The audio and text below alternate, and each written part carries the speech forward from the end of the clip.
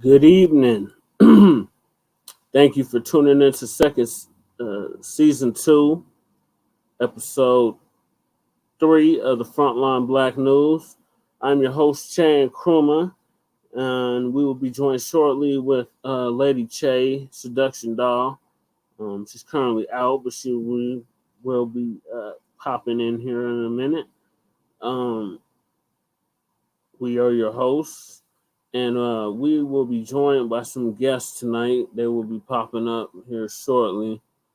Chris Shimada, Jerry Burton, Zaki, and maybe one more other person. So stay tuned for that. In the meantime, tonight we will be discussing several things. The first thing is Tangibles 2022. The next thing is Mason, Tennessee situation. So we're going to give you an update on what's happening in Mason, Tennessee. Stacie Abrams files lawsuit. If you didn't know, Stacie Abrams is running for governor of Georgia for the second time. And she's suing campaign financiers for not allowing her to file in the governor's race. White trans athlete compared to Jackie Robinson. Mock slave auction. California reparations bill update. Biden sending 100,000 Ukrainians to the U.S.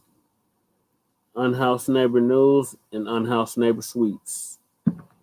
So I will get us started with the tangibles.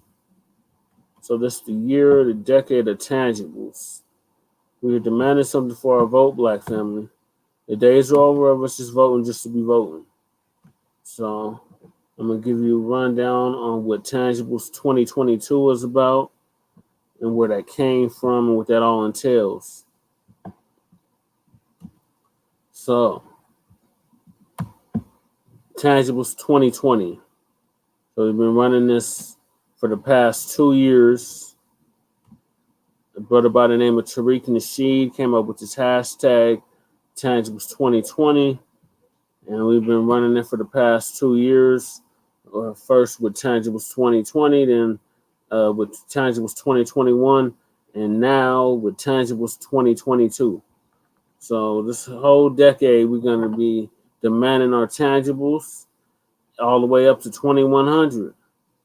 So the 2020 presidential elections are coming up, and foundational Black Americans are going to reject, the 50-year malign neglect policy that has been implemented by the political system.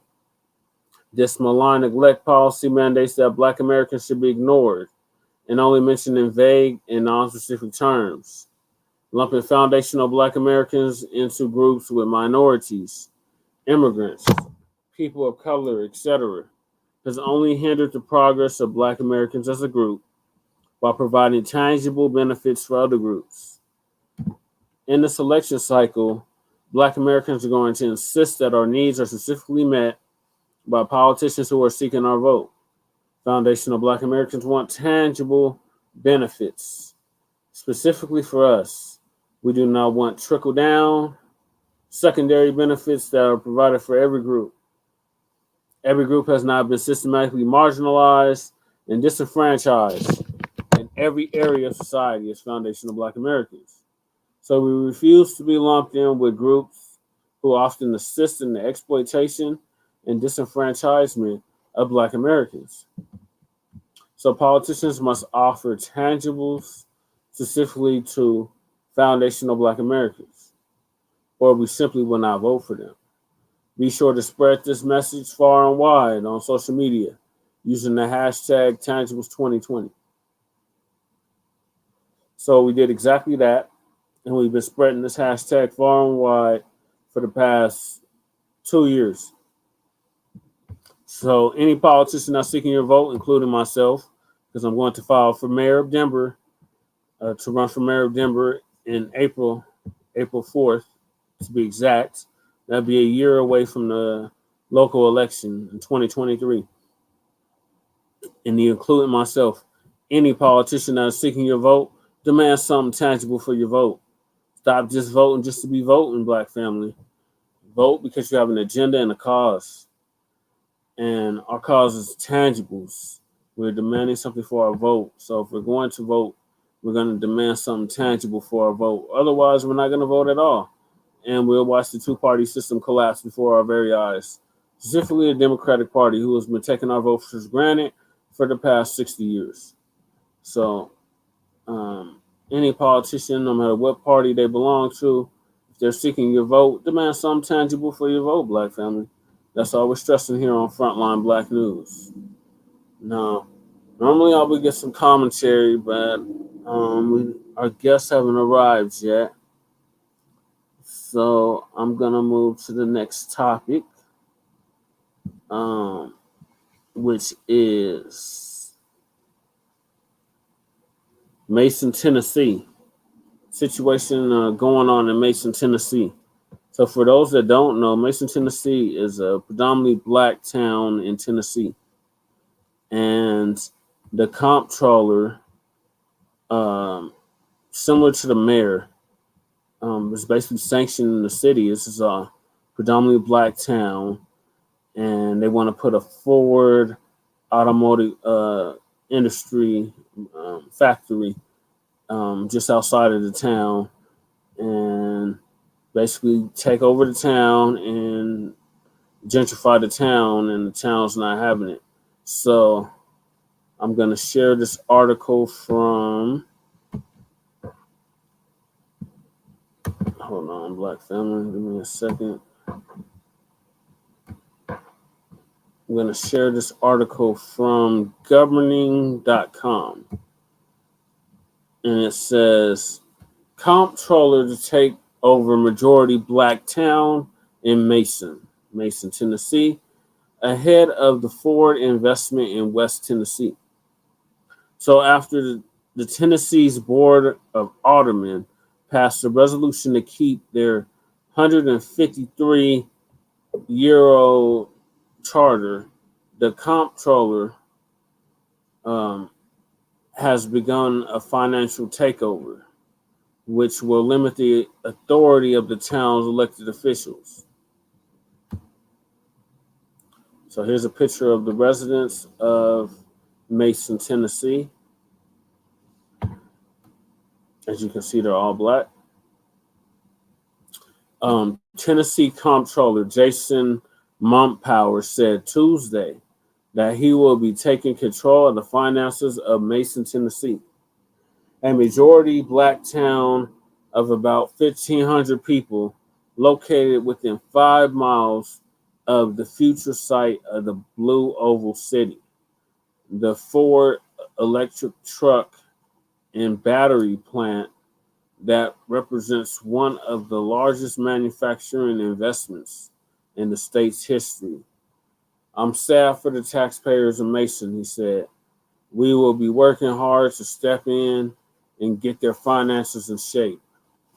The comptroller's move comes over the objections of Mason's elected officials, who have been fighting to maintain control over their town since Montpower issued an ultimatum last month.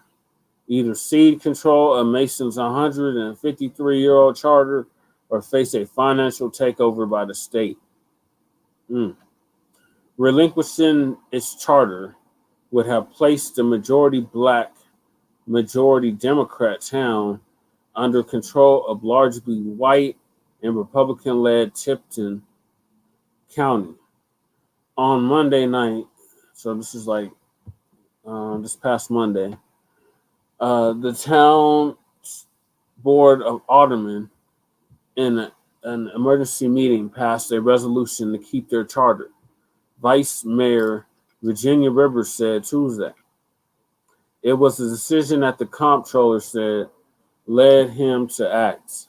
Montpower staff will likely finalize their takeover plans by the end of the week. This has always been a decision of the Mason Board of Aldermen to make. Mocc Power said.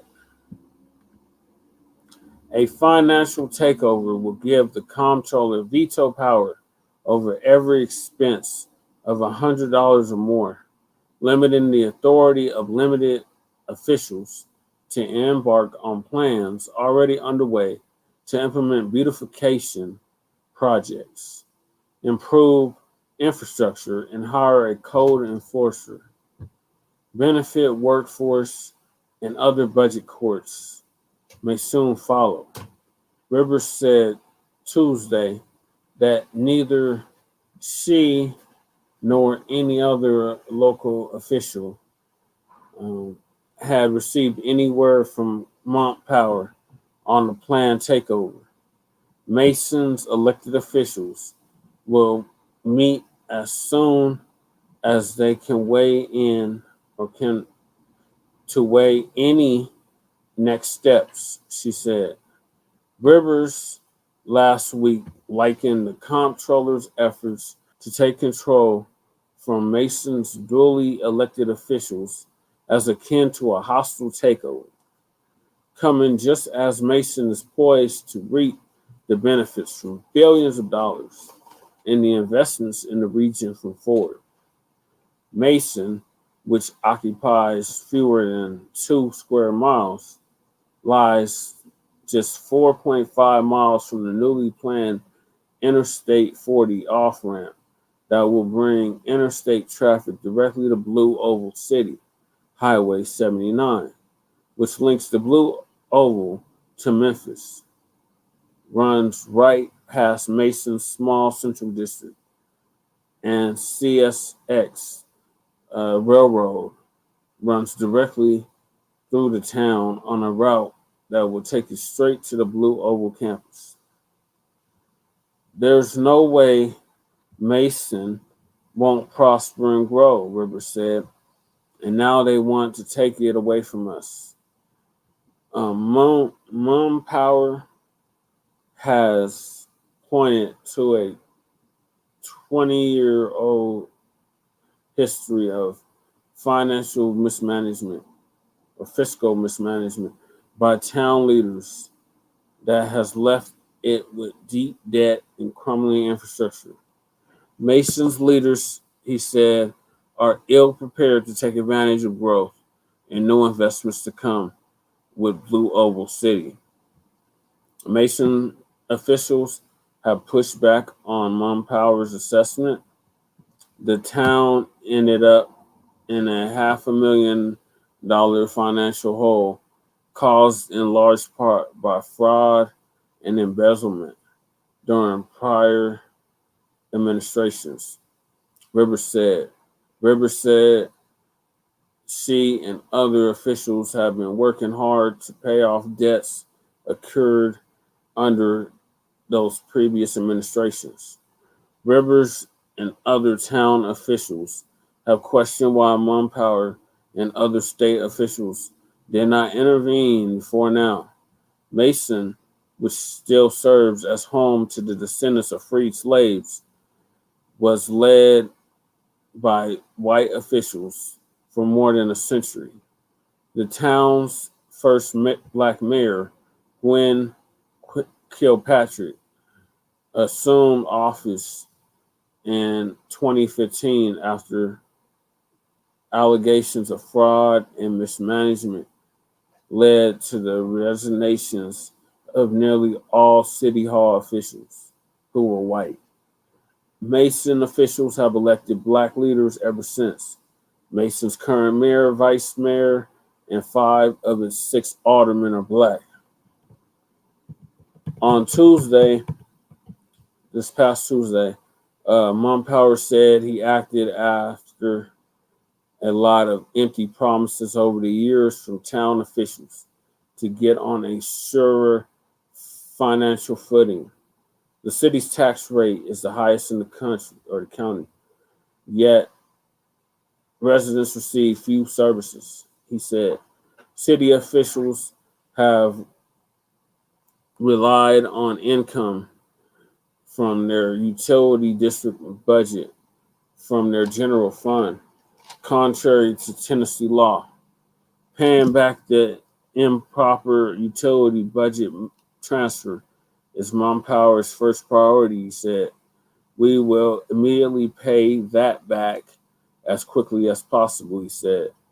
Mom Power will also immediately review and eliminate discretionary spending and require town officials to submit financial statements on a weekly basis, he said. Every expense will have to be viewed and reviewed by the comptroller. Uh, Mom Power said, taking control of finances from local elected officials is a rare but not unprecedented step in Tennessee. Van Buren County has been under the financial oversight of the comptroller since 2020. The town of Jericho in Campbell County was under the financial control of comptroller between 2013 and 2018. In the late 1980s or 1990s, according to a spokesperson, Polk County was under similar oversight. The vast majority of Tennessee cities and counties adhere to corrective action plans and work to correct their financial issues before it gets to this point, said John Dunn, the spokesman. We need a timeline of how long this is going to take and what specific metrics they are using. The comptroller's authority to take financial control of cities and counties rests in the provision of Tennessee law, which says in part that he shall have the power and the authority to direct the governing body of the local government to adjust its estimates or to make several tax levies. How long the comptroller's oversight will last and under what specific conditions it ends are decisions that the comptroller will ultimately make, Dunn said. In the past, we have not set an end date for our oversight, Dunn said. Our approvals typically are required until we are confident that the town is set up for financial success. But an open-ended takeover with no specific benchmarks in place to return power to local elected officials is the very scenario that troubles Van Turner, president of the Memphis NAACP branch, and a member of the Tennessee's Conference of NAACP Legal Redress Committee, which is providing support to Mason's officials. Without benchmarks and a timeline, Turner said, he believes that citizens and local officials have grounds for a lawsuit. We need a timeline on how long this is going to take and what specific metrics they are using before they transfer power back to Mason, he said, because it can't go on forever. And that would be an indirect taking of his charter. Each city in our state should be given the ability to rule itself, Turner said. Citizens need to have financial control returned to them because it's they who pay taxes and elect representatives. We would just hope it's not some sort of grab so the state is receiving revenues and opportunities from the arrival of Ford's manufacturing campus. This is a very concerning issue for the NAACP. He said the mayor is Black. The majority there are African Americans. They are in fact going to be controlled by state officials who do not hold their values. And that's the end of the article. Lady Che is now joining us. What are your thoughts on what's happening in Mason, Tennessee? I apologize, family, for being late. I already pulled myself together. We started off a little late. Anyway, so I apologize. Sorry about that. Really trying to maintain consistency. Had to take care of something though. So I apologize for being late. Y'all don't deserve that. Um, I think the end paragraph says it all. Um, can you pull up can you show it again and just go to the top? That I didn't hear the topic of that particular piece. However, I do not like the fact of that last paragraph. That last paragraph, pretty much what I popped in on, sounds a lot to be alerted by. Like, geez, Black family, none of this is in your best interest. You know what I mean? So it sounds like.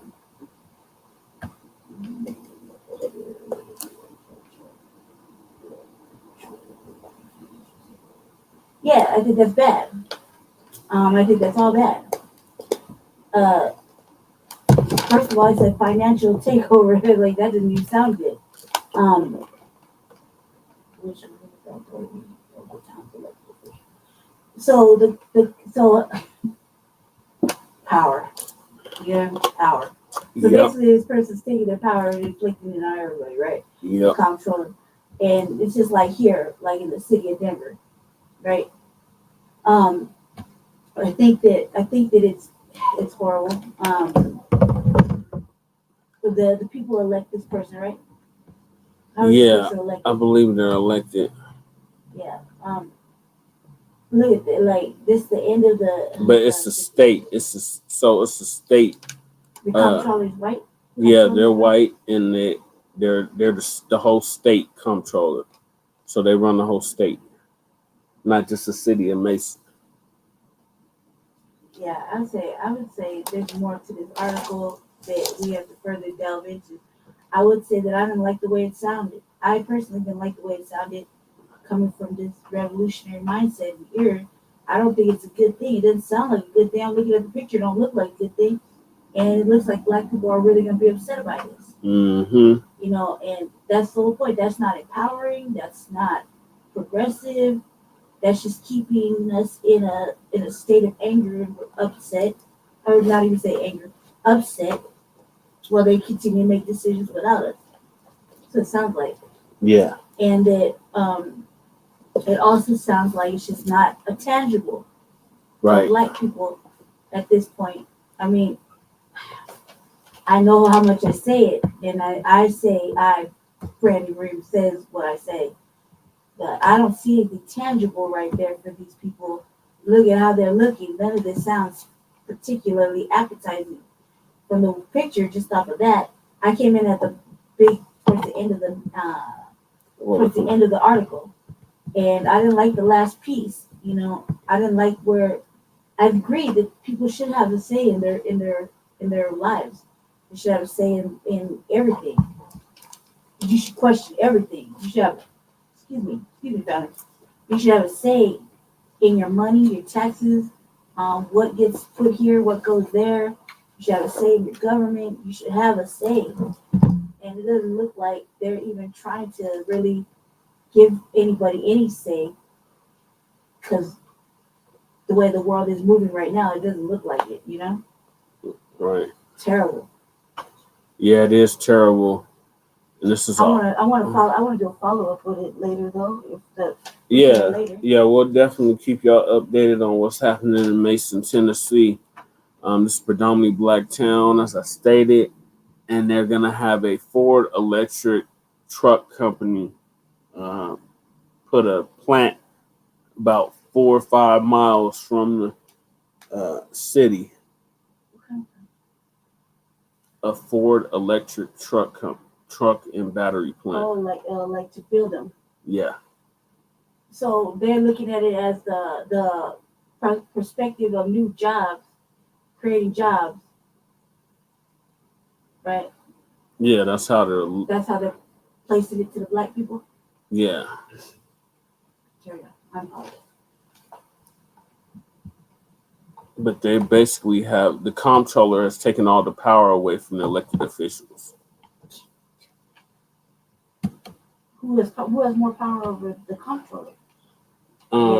Probably the governor. He's even more powerful than the mayor? Yeah. Because he runs the whole state, not just the city. And Tennessee has a weird law where the comptroller has all these powers that they usually don't have. Because usually comptrollers are like, There's a new comptroller too. I don't know how long they've been in office. The article didn't say. That sounds good, family. Well, you just explained it. I didn't know that the mayor didn't have power over him. No, the comptroller runs the whole state. Runs the whole state. That's something new every day. I know. In Colorado that we've talked about it a couple of times. I just have put it on the back burner and so distracted lately. This is serious. Yeah, what do they got to do to get themselves out of that? Or it's too late now? Basically, it's too late now. This is why the people need. I mean, it's up to the aldermen at this point, but the aldermen their powers being held back by the comptroller, and the mayor and the vice mayor's powers as well. Because there's been a lot of, what did they say, financial mismanagement in this town. Yeah, they're misappropriating the funds and whatnot. Yeah. Yeah. It's not good look, man. And it's like when like me, I feel like everybody would helpless. You gotta know how to help them. You know what I mean? Like, what can I do? What can they do? You know? So basically, this is a hostile takeover of the town. Yeah. What's he win though? What's he win? Yeah. What's the motive and what was the gain? You know what I mean? Because like when people do things, it's got to be beneficial for both. Well, the comptroller is saying that he's taking over the town because of financial mismanagement. It's been 20-year history of it, and their infrastructure is crumbling, and they're in deep debt. So they're championing this blue oval city where the plant is going to be to basically bring more revenue to the town. It says the town ended up in a $500,000 financial hole, which was caused in large part by fraud and embezzlement from the previous administrations. Yeah, and I miss tangibles. Let me just go back here quick. Hold your nuts. Tangibles. He already went through it. My little thought on the tangibles is hold your boat like you hold your nuts, like you hold your stroller. To you, close to you.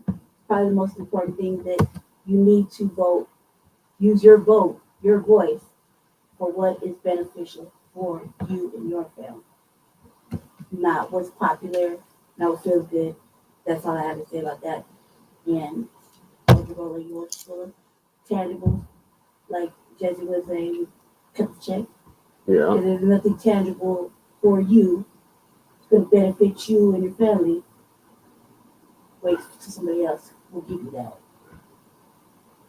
Don't just throw it away just because it's a popular vote. You know, and the people on reparations sue your colonizer. Mm-hmm. Everybody else can sit it down. It's FBA, ADOS, whatever you want to look at it. Their time. Mm-hmm. Their time. No distractions. None. I caught up. What's the next step?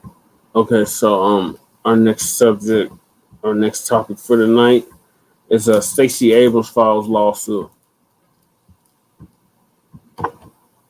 So for those that don't remember, Stacie Abrams ran for governor of Georgia back in, I want to say 2019, and now she's running again for 2022, and she's saying that they won't let her fundraise, so she's suing them. Why? Well, let's read. Right. I was about to ask her a question. So this article from Independent, from the Independent out of the UK says Stacie Abrams files lawsuit over Georgia fundraising restrictions. Abrams is aiming to be declared the Democratic nominee in order, or is aiming to be declared the Democratic nominee in order to keep the fundraising pace with incumbent Brian Kemp. So this article's from 4 days ago. Yeah, that's how it's gonna be out there. Cutthroat like a motherfucker. And it says Stacie Abrams has filed a lawsuit seeking to begin fundraising for her gubernatorial campaign under a new state law that allows campaign leadership committees to take unlimited campaign contributions. Interesting. Direct donations to political candidates in Georgia are capped at $7,600 for primary races and general elections, and $4,500 for runoff elections. And they won't let me read the rest, bastards. That's messed up. They don't want her to win at all. Mm-mm. So they're gonna try to that's man in private. That's the stuff I be like wondering about. You know what I mean? Everybody wants. That's got to be so sneaky. So you so worried. You know what I mean? They so worried that she must be a threat to that dude. Yeah. You know what I mean? So they're gonna do the most to shut this woman down.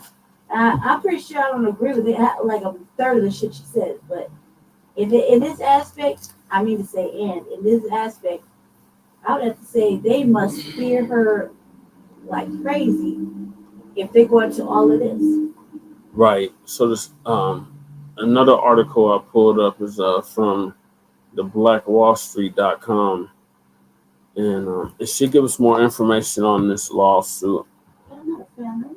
No. I don't think so. Stacie Abrams files lawsuit alleging fundraising disadvantage in Georgia race. And of course, it won't let me read the article. Here we go. Oh, okay, here we go. Stacie Abrams, the Democratic gubernatorial candidate in Georgia, has filed a lawsuit in federal court alleging a fundraising disadvantage against her opponent, Republican Governor Brian Kemp. The lawsuit argues that Stacie Abrams will not be able to take advantage of the new kind of fundraising committee signed into law by Republican Governor Brian Kemp last year, and her opponent has already been able to utilize. The law allows for a select few top candidates, including the incumbent governor and major party nominees, to make use of the global national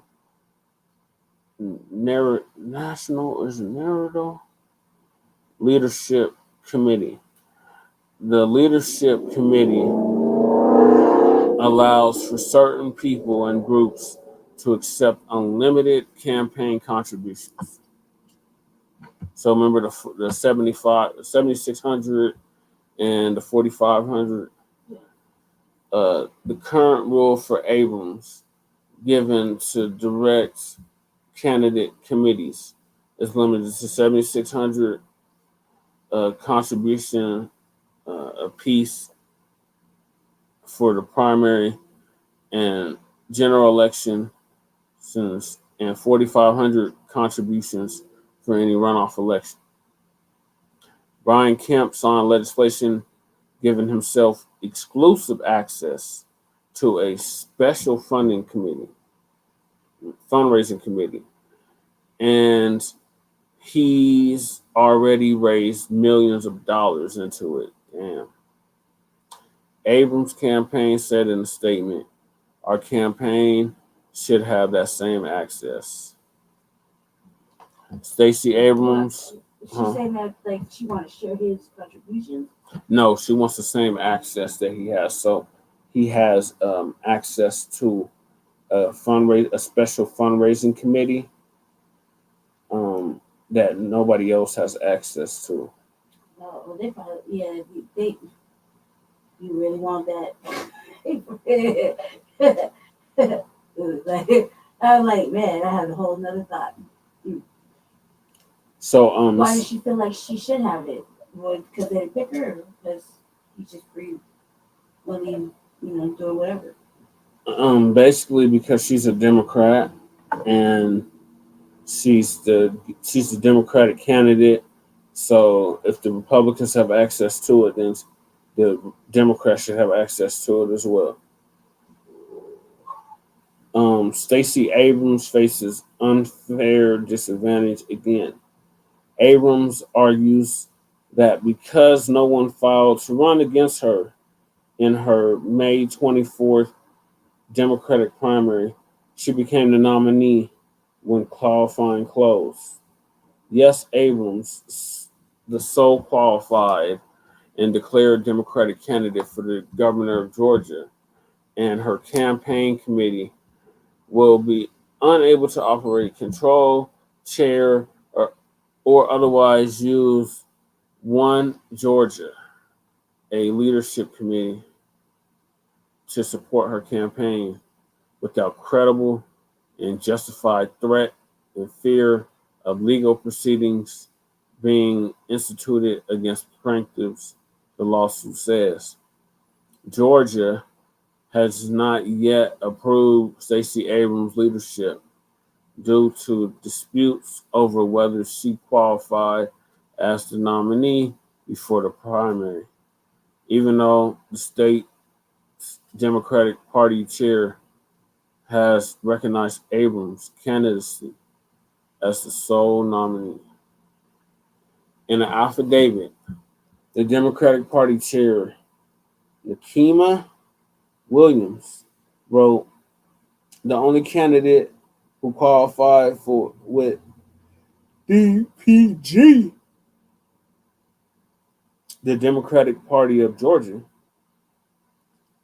to run for office of governor of the state of Georgia prior to the end of 2022 candidate qualifying period on March 11, 2022 is Stacey Abrams. Kemp has already been sued by Senator David Perdue, a Republican out of Georgia, who's challenging Kemp for the Republican nomination over his use of leadership committee. The judge sided with Perdue in that case and barred Kemp from using the money in the primary race, but not in the general election. I don't know what to think about this. Part of me is like, if they chose him to give him access, why does she feel like she need to get involved in that? Yes, it's extra money. Maybe he helped raise some of it. Maybe he's just being secretive, but that's kind of different. I feel like there a lot of that too is on their end, but they don't really want her to run because it makes it difficult and putting these obstacles and whatnot. Same time, it's his campaign, and that's a lot of money. Yeah. And what was she? I mean, if he's using it for what reasons? It's probably to run his campaign better, right? Yeah. And she's not. Has she raised her own money yet so far? Probably. They're saying that she's not allowed. She hasn't been allowed to. Yeah, so they're doing this on purpose. Yeah, I can see why she'd be a little bit angry. I can see why she'd be a little petty about this and angry because it is kind of unfair. I mean, I think that she should be able to fight her own race if she want to race, and people shouldn't be. Nobody should be told to not support her. It should be at will thing. Like if you like the person, get behind them. You know what I mean? You shouldn't have to be influenced. However, that's the kind of world we live in. If you can't get on this party, and dare I say it, buck dance for you get paid. You know what I mean? I mean, they like that's what it looked like. Yeah. You know, so I think it's, in my opinion, I think that they're afraid, or they think she might win, she's gonna win or something, and they're gonna try to stop it. She's obviously on force. For just a little bit, I really don't care for her person. I'm pretty sure that's my normal stance.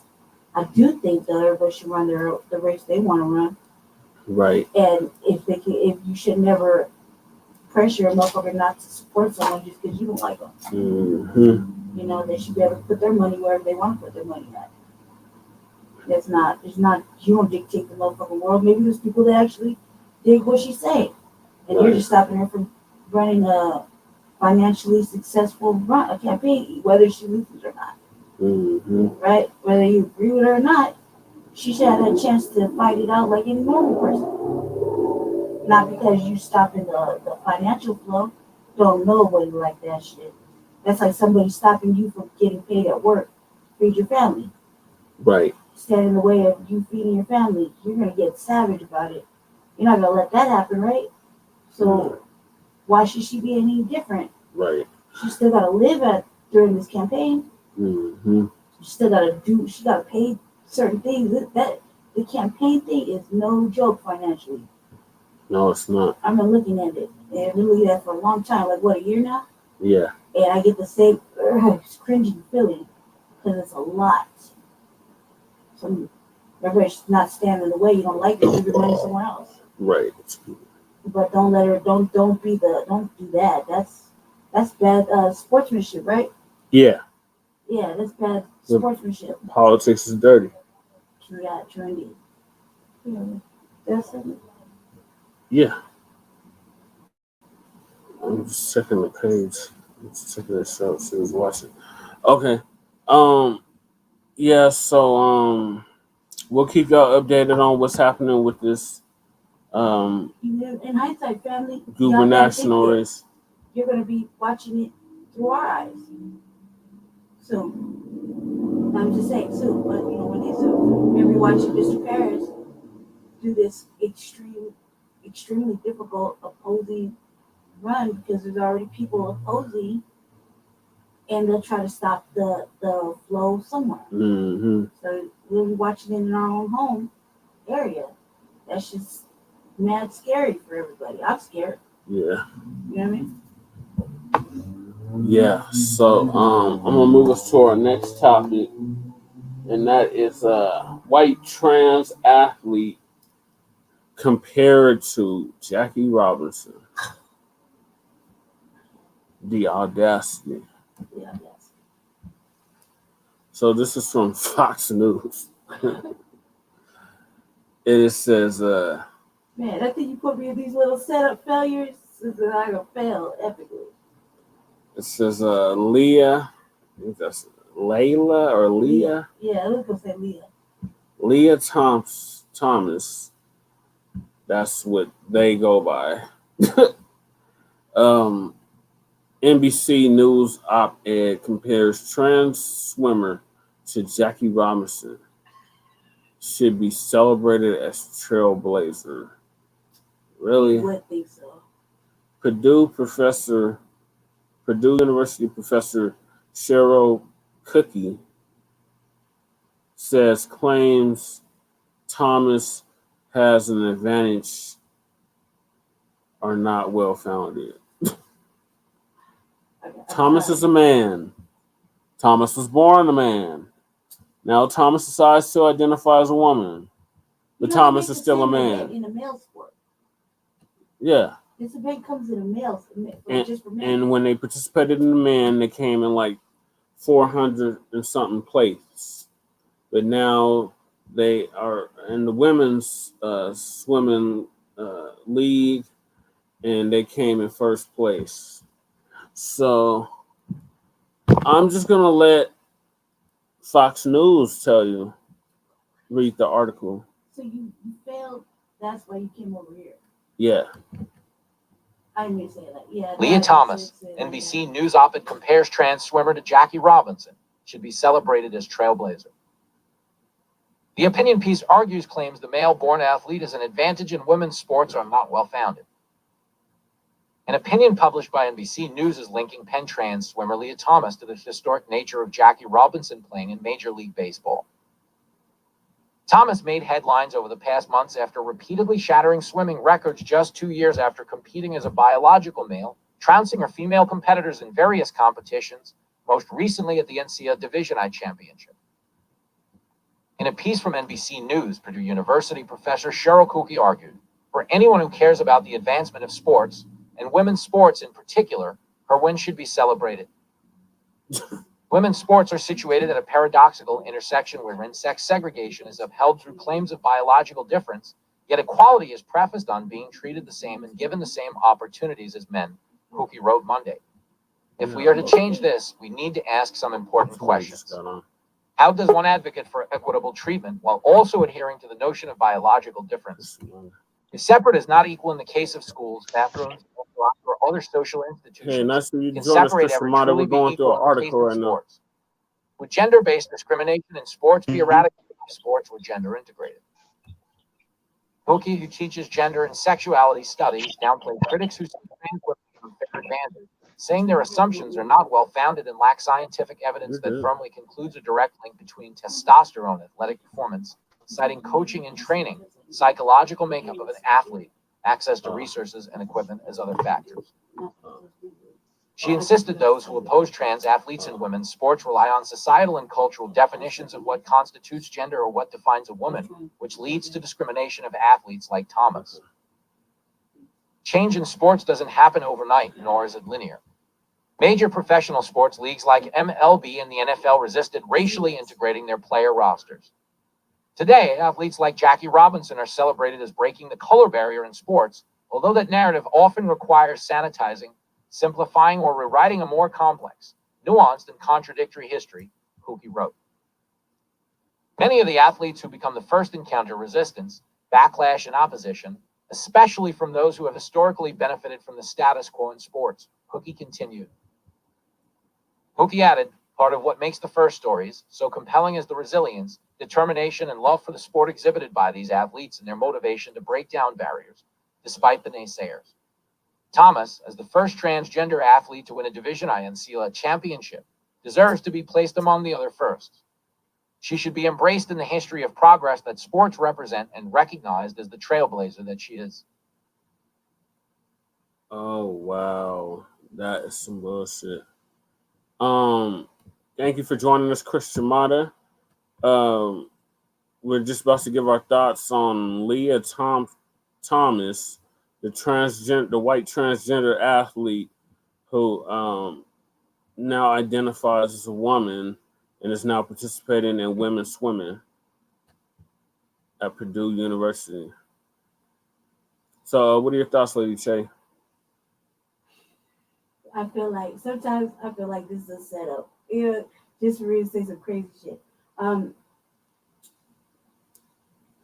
So you didn't make the mark as a man in your own sport.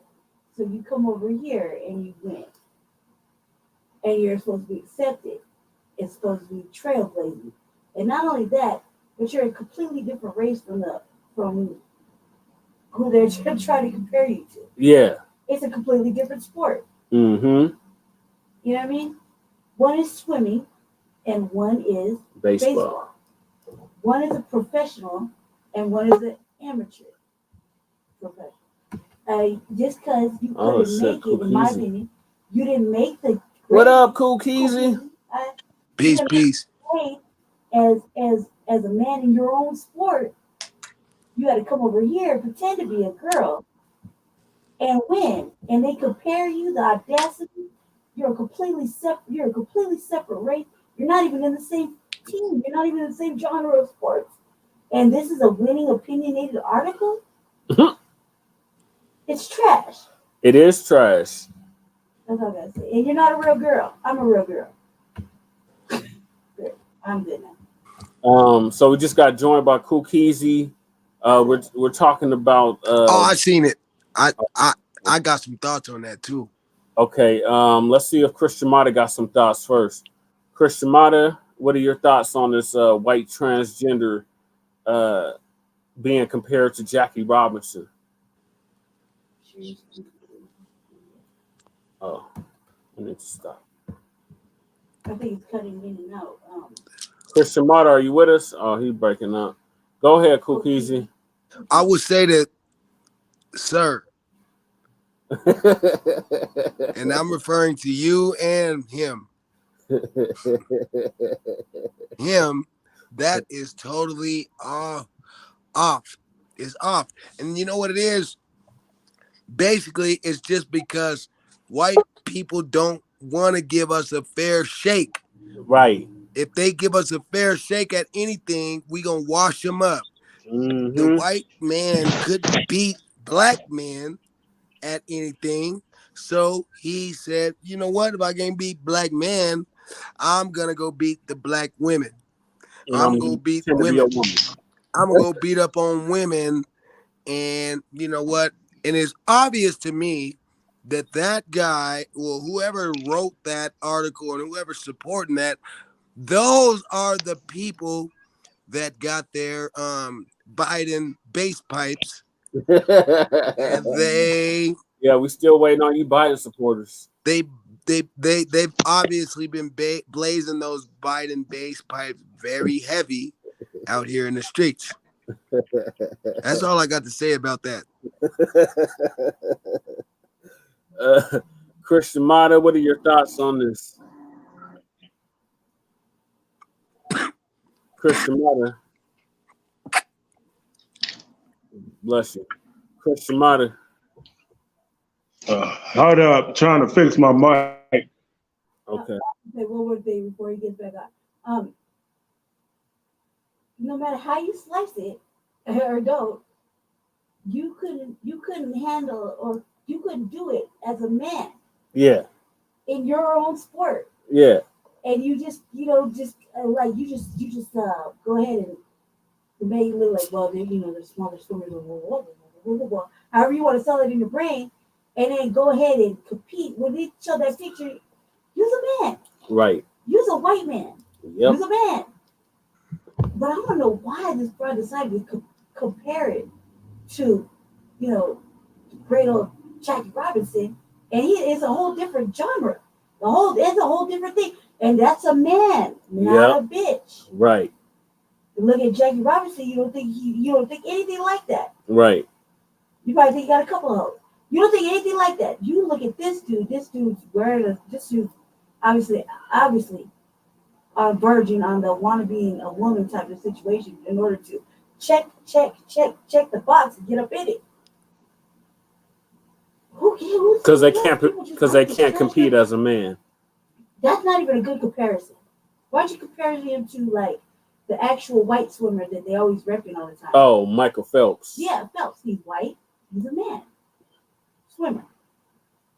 He stayed in that same genre. You know what I mean? Yeah. He didn't have to switch up and tuck his shit and put on a bathing suit, and he didn't have to do all that extra shit. He just said, I failed. But I'm still over here on this side. He was off code though. Yeah. He was off code for white supremacy. What Michael Phelps was caught smoking weed, listening to Young Jeezy. So they like, dude, you off code. Yeah. You're off code. We're not supporting you. You need to be listening to Garth Brooks and I forget their shit. Tim McGraw. Coke. You need to snort meth and listen to Garth Brooks. You cannot be smoking weed, listening to Jeezy. Right. Not around us, young man. Mr. Phelps, let me escort you out the court. Well, I guess we're gonna move on to the next topic because Christian Marta hasn't popped back in. My thoughts. This is some bullshit. That's my thoughts. You couldn't handle it as a man, so now you want to become a woman so you can compete against women. Like that it's not even fair for women. That's white supremacy 101. Yeah, it's not fair. They can't make it fair. If it's fair, they gonna lose every time. They're gonna get washed up, bro. And that's not fair for a man to be competing with a woman at all. And right. So that's white supremacy 101. You know how, notice how Neely Fuller said they women compete against women. You know, whether they lose or not, it's fair. It's even. Why did they gotta come over here and like I say it all the time, coin everything. Nothing belongs to you, but you want everything. You want to be a part of everything, and you don't have no place in it. You see what I'm saying? See, don't you gotta create that shit over there for y'all? Can they create a fucking trans LGBTQ emoji, fucking hashtag elbow sign, whatever, for them Yeah. to compete in? Yeah. For the people that practice those types of maybe that should be something they should push for. Maybe they should push for an LGBT league. They don't have enough of them. I'm a regular woman. I don't even participate in any activities, obviously. Maybe they need to I don't want to participate. start their own sports league. Yeah, they need to. Because it's not fair for them to be competing against women. And there's many down low niggas that need to sign up for the LGBT sports league, Right. I mean, you know, and get the fuck away from our sisters. Special Olympics, they can have a special something or other, since everything's special. Right. Yeah.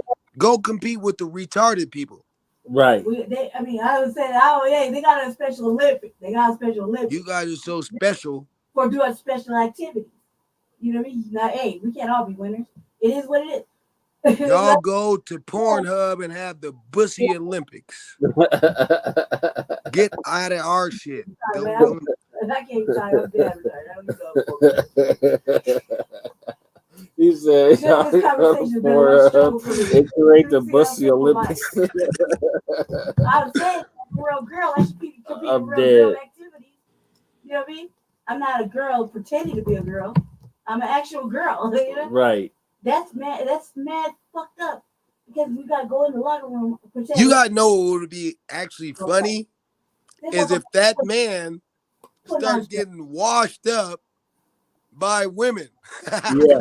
Right. If I was that team, I'd get him in the locker room and just mop that mother. Go back to your own shit. Or create something else for y'all. It's fair for them because they have super duper fucking, dare I say it, special strength. What they say? That motherfucker's like special strength. That motherfucker's 6'4", 200 and something pounds. They're gonna be like that in all activities that they masquerading as a woman. Because they got that special super strength. Yeah, but you know, the dominant society, they're all parading this around like this is a celebratory situation. Comparing them to Jackie Robinson, that is so disrespectful. Yes, that's punishable. That should be punishable by death. Yeah.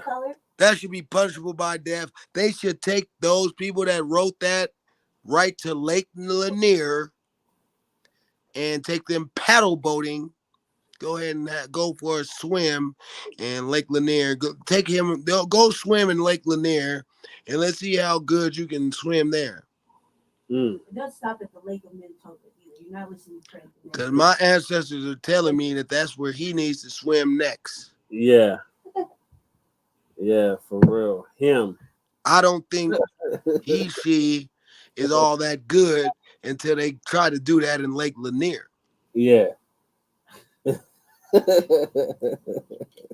I feel like it's a trap sometimes he puts me in these situations because you don't go respond like that. Like, no, you ain't no real girl, woo, woo. And well, no, and you got that super mad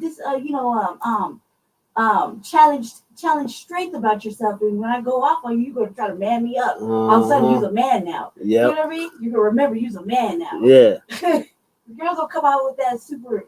He's just not around the right sisters though.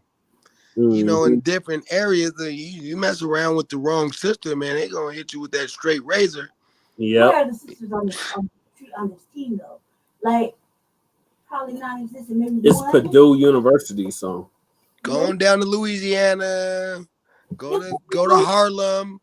That's mess not with those sisters. Yeah. I bet you can't compete with that. Well, it's a real school. I shouldn't be talking shit. Go. Formal education. 20 years ago, 15 years ago, you don't want to mess around with some of them sisters on the east side of Denver. Right. No, and I just had a dialogue in another forum. I had to apologize to the forum because they weren't like regular people. And I said, just like that, I'm sorry. She know what I'm talking about though. We was on the street. This is how exactly how this would go down. We dialogue. What's our sister's name? Like I'm Trey L. Yeah. yeah. I bet you she'll whoop that fool. Yeah. Whoop him good. You just have to think sometimes. Peace to Trey L, man, and hopefully she recovers fully. Like Right. Purdue is in I seen her Indiana, like 2 months ago. so I don't think there's too many black people there. No, man, there is. I mean, it ain't a whole lot, but there's black people everywhere you go, man. Everywhere you go. Here, or do you just need to come out of fucking Montbello? We need more. We need a lot more. You been 5 Points recently? What's the cost of living there? White people here. Have you been in 5 Points recently? Yes, I was just there. No. Oh, Kurt. Have you been to 5 Points recently? Shit, I was just down there yesterday. Okay. Yeah, okay, so is it me or do you feel like it's a ghost town? Nah, it ain't a black place really no more. So yeah. Okay. I feel like the blackest place in Colorado is Park Hill. Yeah, North Park Hill. Dead inside. You go to the Holly, that's where you're gonna find black people at. Yep.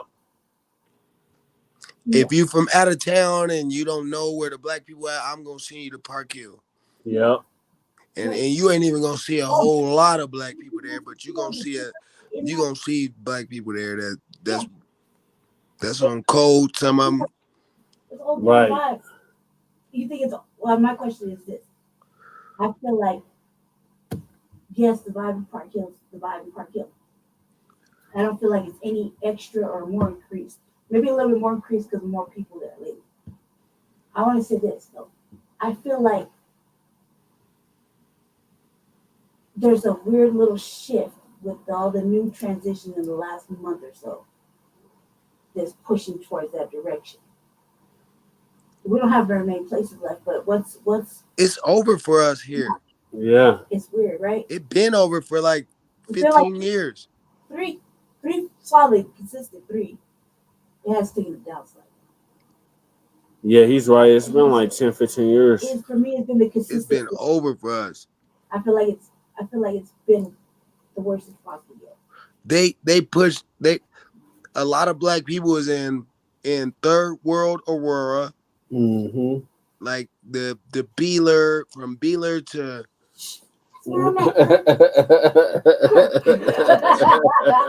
Beeler and Kovacs to about what is that? I want to say, I can't think of the street name. Where is that liquor store? Where the liquor store on Kovacs, where it's across the street from a dispensary. They got the little porn shop next door. They got a whole bunch, the little wing spot. Every quarter now, right? Yeah, that's only every quarter. That's the only, from there to there. That's where the black people can live. Old Aurora. Yeah, I'm in the old Aurora part. Third world Aurora. If you go out there right now, what is it? 11:30 at night. You go out there right now, it's a bunch of drug addict black people out there. Yep. Strung out. I'm in that area. And I'm always telling people, if you don't understand, you think you know, you really don't know unless you live here in this area all the time religiously. You're outside, you're indoor, you're outside, but you're outside. You know what I mean? And I feel like they're not paying attention. They only just want to hear what they see on the news. And I'm like, shh, be outside. Inside, but be outside. Like right now, I'm outside. Shit, I'm surprised we ain't heard gunshots yet. They got too many of our people out here hooked on drugs, man, and that's the worst. Yeah. Nobody wants about it. We got a real bad drug problem in Colorado with black people. Mm-hmm. We call it this. Everybody thinks coke is good and crack and meth and fentanyl and whatever else they could get to escape reality. Yeah. It doesn't work. Weed, bunch of weed heads. Yeah. You guys, I'm 4 days clean. No weed. Yeah, I'm proud of you. I'm proud Yeah, of we're you. proud of you. I'm proud of you. And that's the whole thing is like people that I have can't it wait to see you struggle all on the and 6th, have that same shit. at the Capitol to testify before Congress against this vaccine. Yeah. We have to have that. Yeah. Well, We have look, to have it. Professor Black Truth says you can't fight the war cloudy or foggy. He says Yeah, that you gotta have your mind clear. Right. yeah, it's hard. It's Yeah, not. It's. I mean, even we got our vices. yeah. I work with these black and milds. Yeah. I No, you're drink a little right though. beer. You're I right. drink. I drink a little beer sometimes, but that's it. I No, still you're got right. these damn cancer sticks. You're right. Shit, I was I drinking. gotta stop those things, man. I gotta stop that. And you're right. Especially when you get older, man, you can't help but admit that's the right thing to do. You know? And you're right. You're right.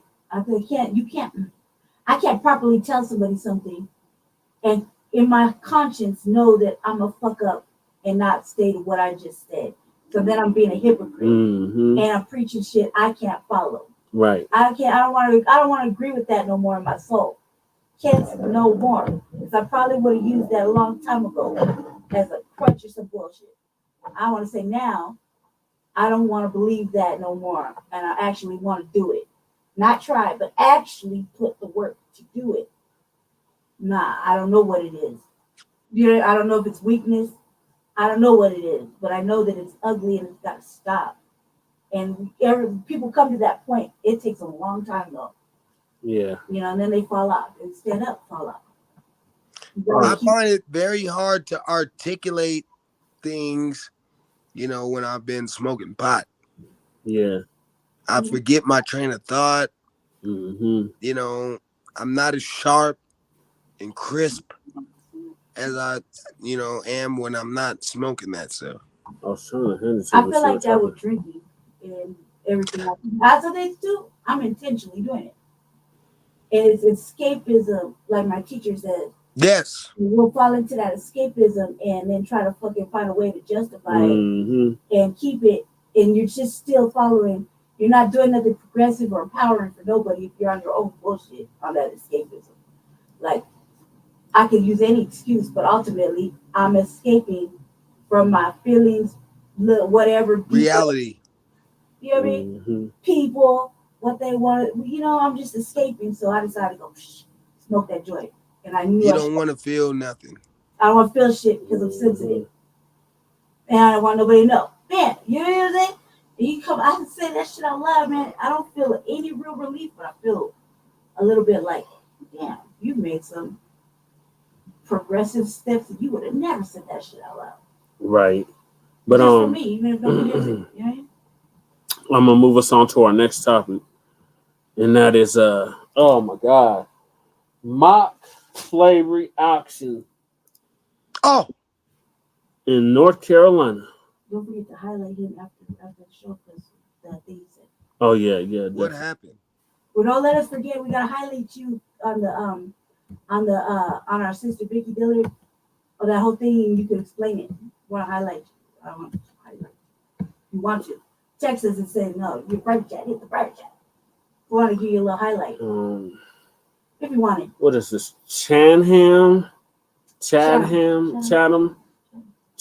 County Schools taking actions after mock slave auction at a middle school. Yep. Wow. So I'm gonna play the video.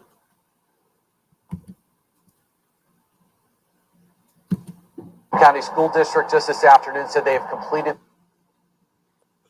Sorry, guys, I'm gonna have to drink on that. Investigation into this just downright disturbing incident. They have looked through all the evidence very carefully, and they found that no adults witnessed or participated in any of this. But still, this is incredibly disturbing, as you mentioned, Steve, gaining national attention here about this mock slave auction happening at JS Water School in the Goldston community late last month. In their statement that they sent to us this afternoon, the district said it is working very hard to try and get rid of these types of behaviors once and for all. Parents were lobbying for that a week ago at a school board meeting. The district today also highlighting some of the real steps they're taking in that news release. They include revising their codes of conduct to reflect how incidents like this will be handled swiftly and with severe consequences from now on. They're also putting in more training for administrators, staff, and teachers. They're also having focus groups and what they're calling restorative circles within schools to provide opportunities for students, staff, and families to engage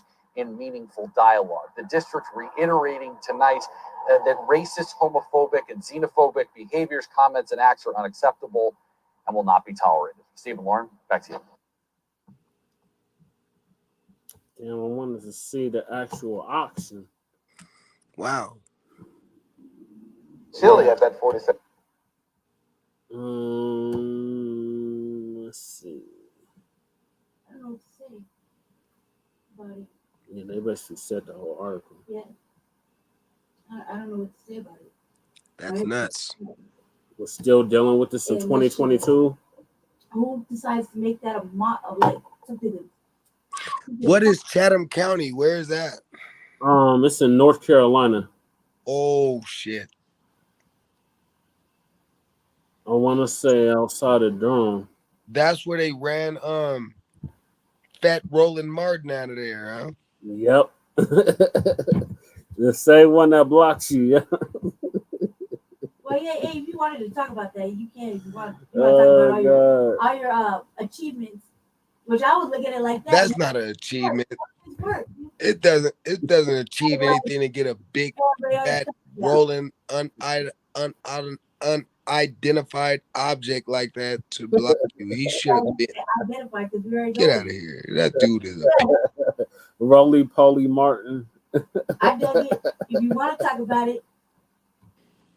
Oh god. So that county is just outside of Durham and Asheboro. okay. So it's like a small, like it's probably like a Fort Collins or Greeley area. Yeah. Yeah, so the population's about a little less than 75,000. Oh yeah, just like a Greeley.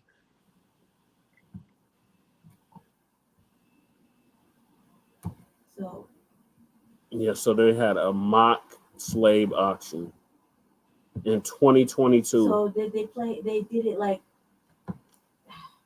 So I'm guessing there wasn't like a bunch of black students there. It couldn't have been. No. They might have had a few, like 3 or 4 black people there. Maybe one. I'm like, dude, like who did you? Man, that is nuts, man. Who thought that was gonna be a good idea? I mean, of all the things to fucking recreate, you know what I mean? Right. So this parent is outraged in this video.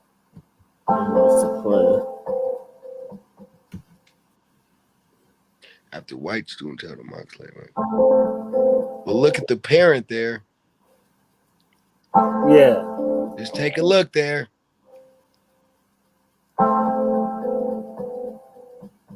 Pretending to sell her son for $350.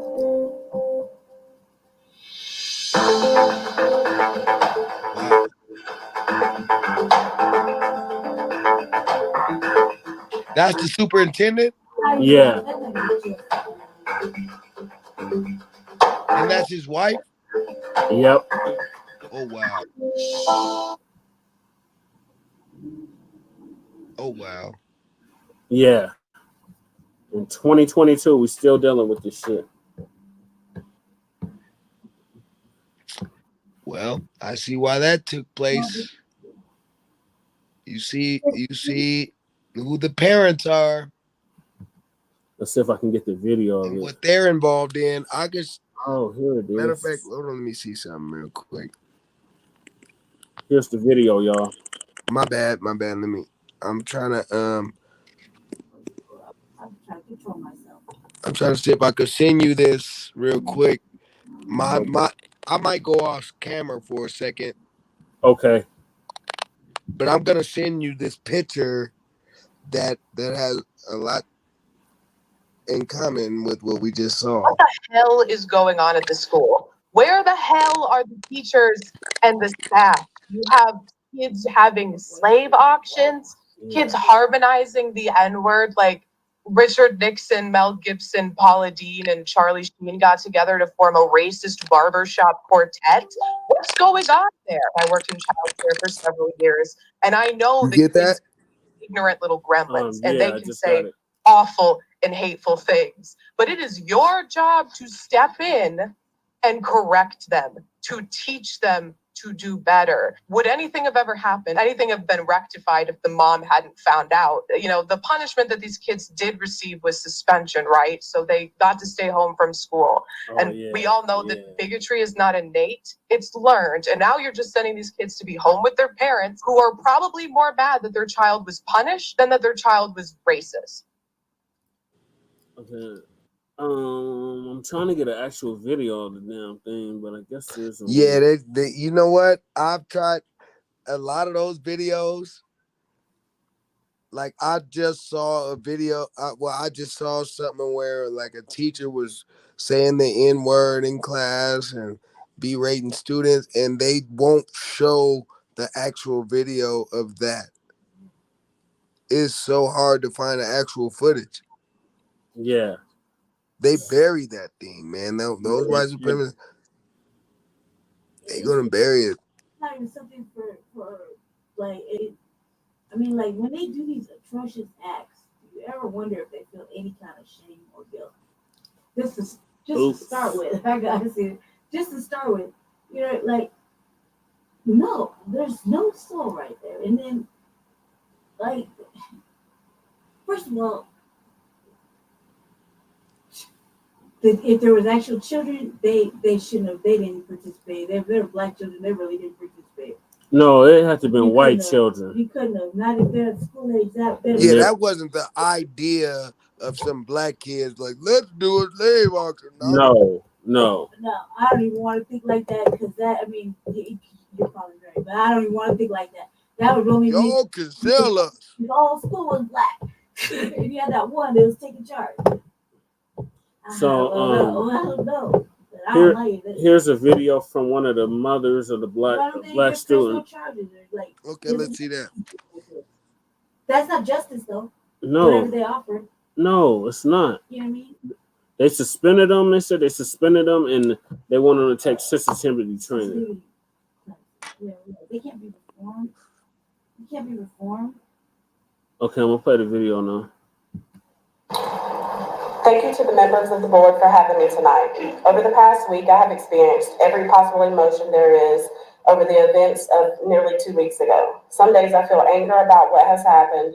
Some days I feel sadness trying to grasp why are we still having these issues in 2022. And honestly, some days I felt guilty and questioned if I'm doing a good job raising my son. I never thought in a million years I would be standing here talking about my son experiencing racism in middle school. We are a blended family. My mother is white, my father is black, and my son's father is from Gambia in West Africa. We have taught our son to love and respect everyone, regardless of race, color, sex, or anything else, because that's what we were taught growing up. Sadly, these values are not taught in every household. The reality is these acts of racism are not only happening here in Chatham County, but across North Carolina and across the country. More should be done around addressing racism in schools because no parent should have to stand here after hearing their son was sold in a slave trade at school. When I heard what happened at school from another parent, I asked my son, why didn't he tell me? He responded with, Mom, it wasn't a big deal. At the moment, I felt angry and had to gather myself. We sat down and had a discussion on why this is not acceptable in the history of hate and racism in this country. Majority of my son's friends are white, and until this point, we have been, and until this point, we have never had an issue. To the parents of my son's friends, we will get through this, and our relationship and our kids' relationships will be stronger than ever. To the community of Goldston, this moment will not represent who we are. I am asking everyone to learn from this experience and do more starting today to ensure a better tomorrow for all people from all backgrounds. This starts with having tough conversations at home about race and racism. To the decision makers on education, I encourage you to support the teaching of our history even more today than ever. This includes showing the good, the bad, and the ugly of how this country has progressed into what it is today. We have made strides, but still have a long way to go. I want our children to understand the seriousness of these moments and the impact it has on everyone. This includes making fun on social media or just joking around. Children should be taught this throughout the educational process, because that's the only way we can make real change. I know many of you in this room have already brushed me off because of the political climate around education. Remember, I am a mother who just had to explain to my son why being auctioned as a slave is unacceptable. This moment in my son's early life has already made him question playing the sport he loves with his friends, and I pray this does not impact him mentally and socially going forward. Thank you. Man. Look, I'm getting a whole lot of MeTX vibes. Whole lot of Sleety vibe, LeTX vibes coming from her. Oh, like what? From that lady? That woman, look, I'm telling you, man, like she said, let's just dissect that. She said her son has mostly white friends. Yep, that's what she said. Yeah. Also, she said her son's father is an immigrant from Africa. Yep. Yeah. That explains the soft shoeing that she's doing. Man, if that was a foundational, man, that I would have been at that school raising some goddamn. Somebody would have got some hands and feet, maybe. Yeah. That wasn't even kind of enough. Right. That little speech she did was trash. Get out of here with that shit. My kid wouldn't have said that either. My kid wouldn't have said, "Oh no, it's no big deal."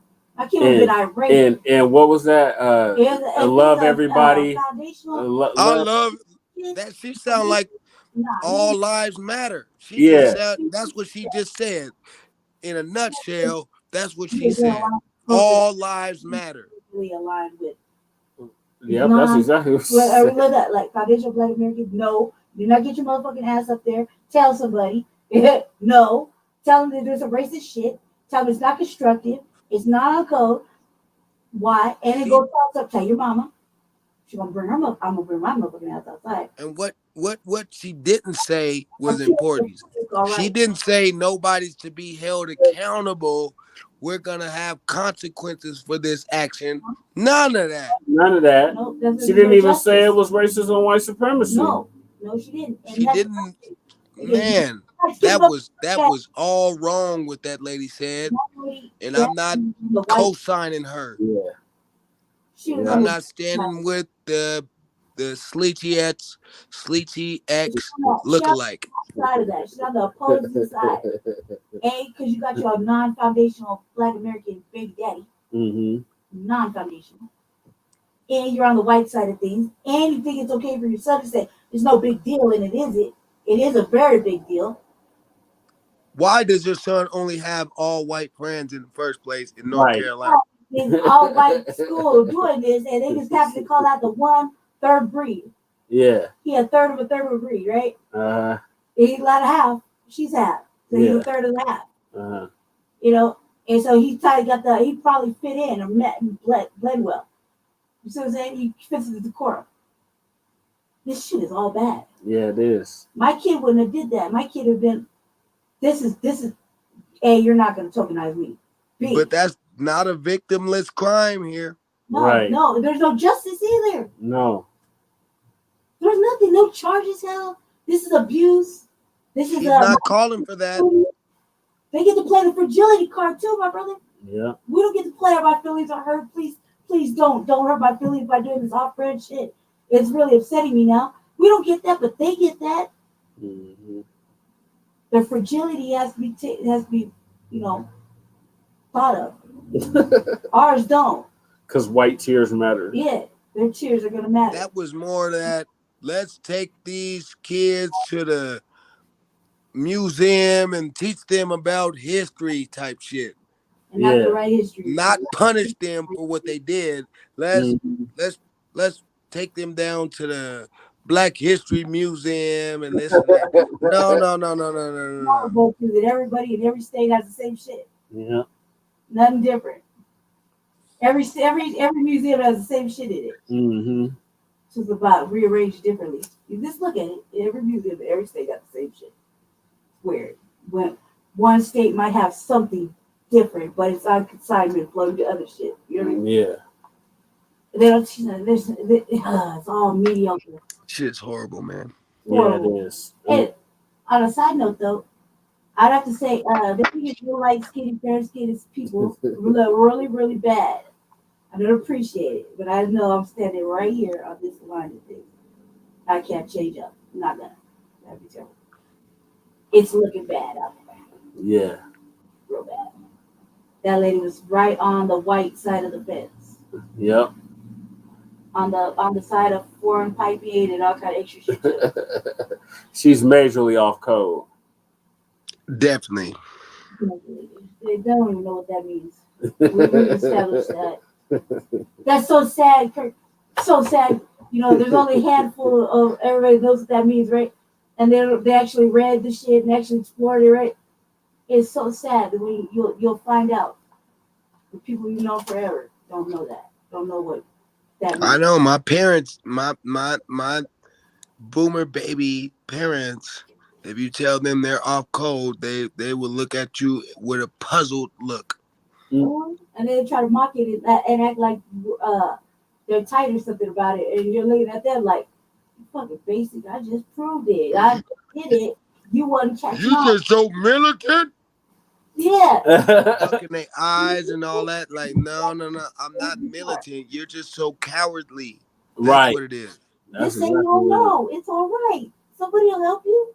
Just say you don't know. Stop acting like just because, whatever, it's me or whatever. Okay, Just whatever. say you're scared. Just say you are scared. You scared of white supremacy. You scared to do something about it. You're a bitch. You're a pussy. Yep. Just say whatever. Just make it easy. I feel like they make everybody work so much harder for us to actually tell the truth when it's been plain and simple forever. It makes no sense. Like when, like Mr. Fuller Jr. says, something that take like 15 minutes or less. You know what I mean? Yeah. So shout out to Professor Griff of Serious Minds Radio. He's the one that broke this story. Shout out to him. So our next topic is California's reparations update. Oh, okay. You been paying attention to it? I don't know what the update is. I'm gonna find out though. Have you been paying attention to it? Yeah. So they're gonna have another hearing on Tuesday, and they said it's open to the public, and anybody from anywhere in the United States can call in. So, Kirk, you know about what's happening in California? So AB, what's the number? 31 something. Anyway, Gavin Newsom last year passed the reparations bill. So for California. So they formed a task force, and the task force is made up of FBA, Tethers, and others. And non-FBA. Yeah, well, that's the Tethers. Yeah. So, DOS people. Pure Black representation right there that is of foundational Black American or American descendants of slavery. You know what I mean? So now that there's a little divide going on too at the same time, I think it's less than keeps getting one more less. So Tariq has shed light on this on one of his shows. He actually called in last month. Uh-oh. And and demanded that they have lineage-based reparations, and that only foundational Black Americans should have It was access not the to vote it, the California Reparations and Task Force was that expecting the to. task force be strictly FBA, Oh which yeah. it is not. Member Jones Sawyer, Aye. Member Lewis, No. So this is the task force. So this No, Negro this here, was not the vote the California Reparations Task he Force was was expecting to upset with take today. Tariq The speaking. discussion and vote on the community of eligibility will be postponed. Instead of taking the historic vote on who should be eligible for reparations in California, the Man, that task city look force dope. delayed the vote until Yes, March. I am 100% opposed to thinking about this as a final vote. The task force disagreed on whether there was sufficient expert testimony to make that decision and on the issue at hand of who should qualify for reparations. Should it be those who can track lineage to an African enslaved in Yes. America or Black Americans at large, still No. affected by systemic racism and inequity, slavery's lasting legacy? If you have Black skin, you are catching hell. So in this what? country. So you're And some of colonizer. us are just had a Oh my God. harder or harsh experience with this thing of racism, oppression, and enslavement. Why is it so important to get this right? It was recognized that they are not finished with their process, that there might be other types of information that would help to help them to make the decision that they will be making, which again will have a tremendous impact on this extremely historic issue. Task Force Chair Camila Moore on Oh Tuesday. my God. Initial reactions. I'm disappointed. However, she's looking ahead to the release of Part 1 of the task force's report in June, showing the historic connection between 400 years of repression to present-day consequences, and the chance to hear from the community in a series of statewide listening sessions planned for this summer. It provides an imaginative and collaborative space, linking community voices. The first in the nation task force has approximately I've been following this family. 7 meetings remaining, with work expected to finish. A month and a half, 2 months ago, I did a whole thing with me and Shane Fuller in the morning about reparations, how people feel about it, right? Mm-hmm. And in full fucking agreement, like it's been stated. Let's keep it as right and exact. You can trace it all the way back to The killing fields of the South. Okay, on lineage and the way they had it written and how we've been pushing it. Don't change it. Keep it the way it is. Yes. Sorry about whatever you're going through. Not sorry. You know where you came from. Right. So you're colonizer. Period.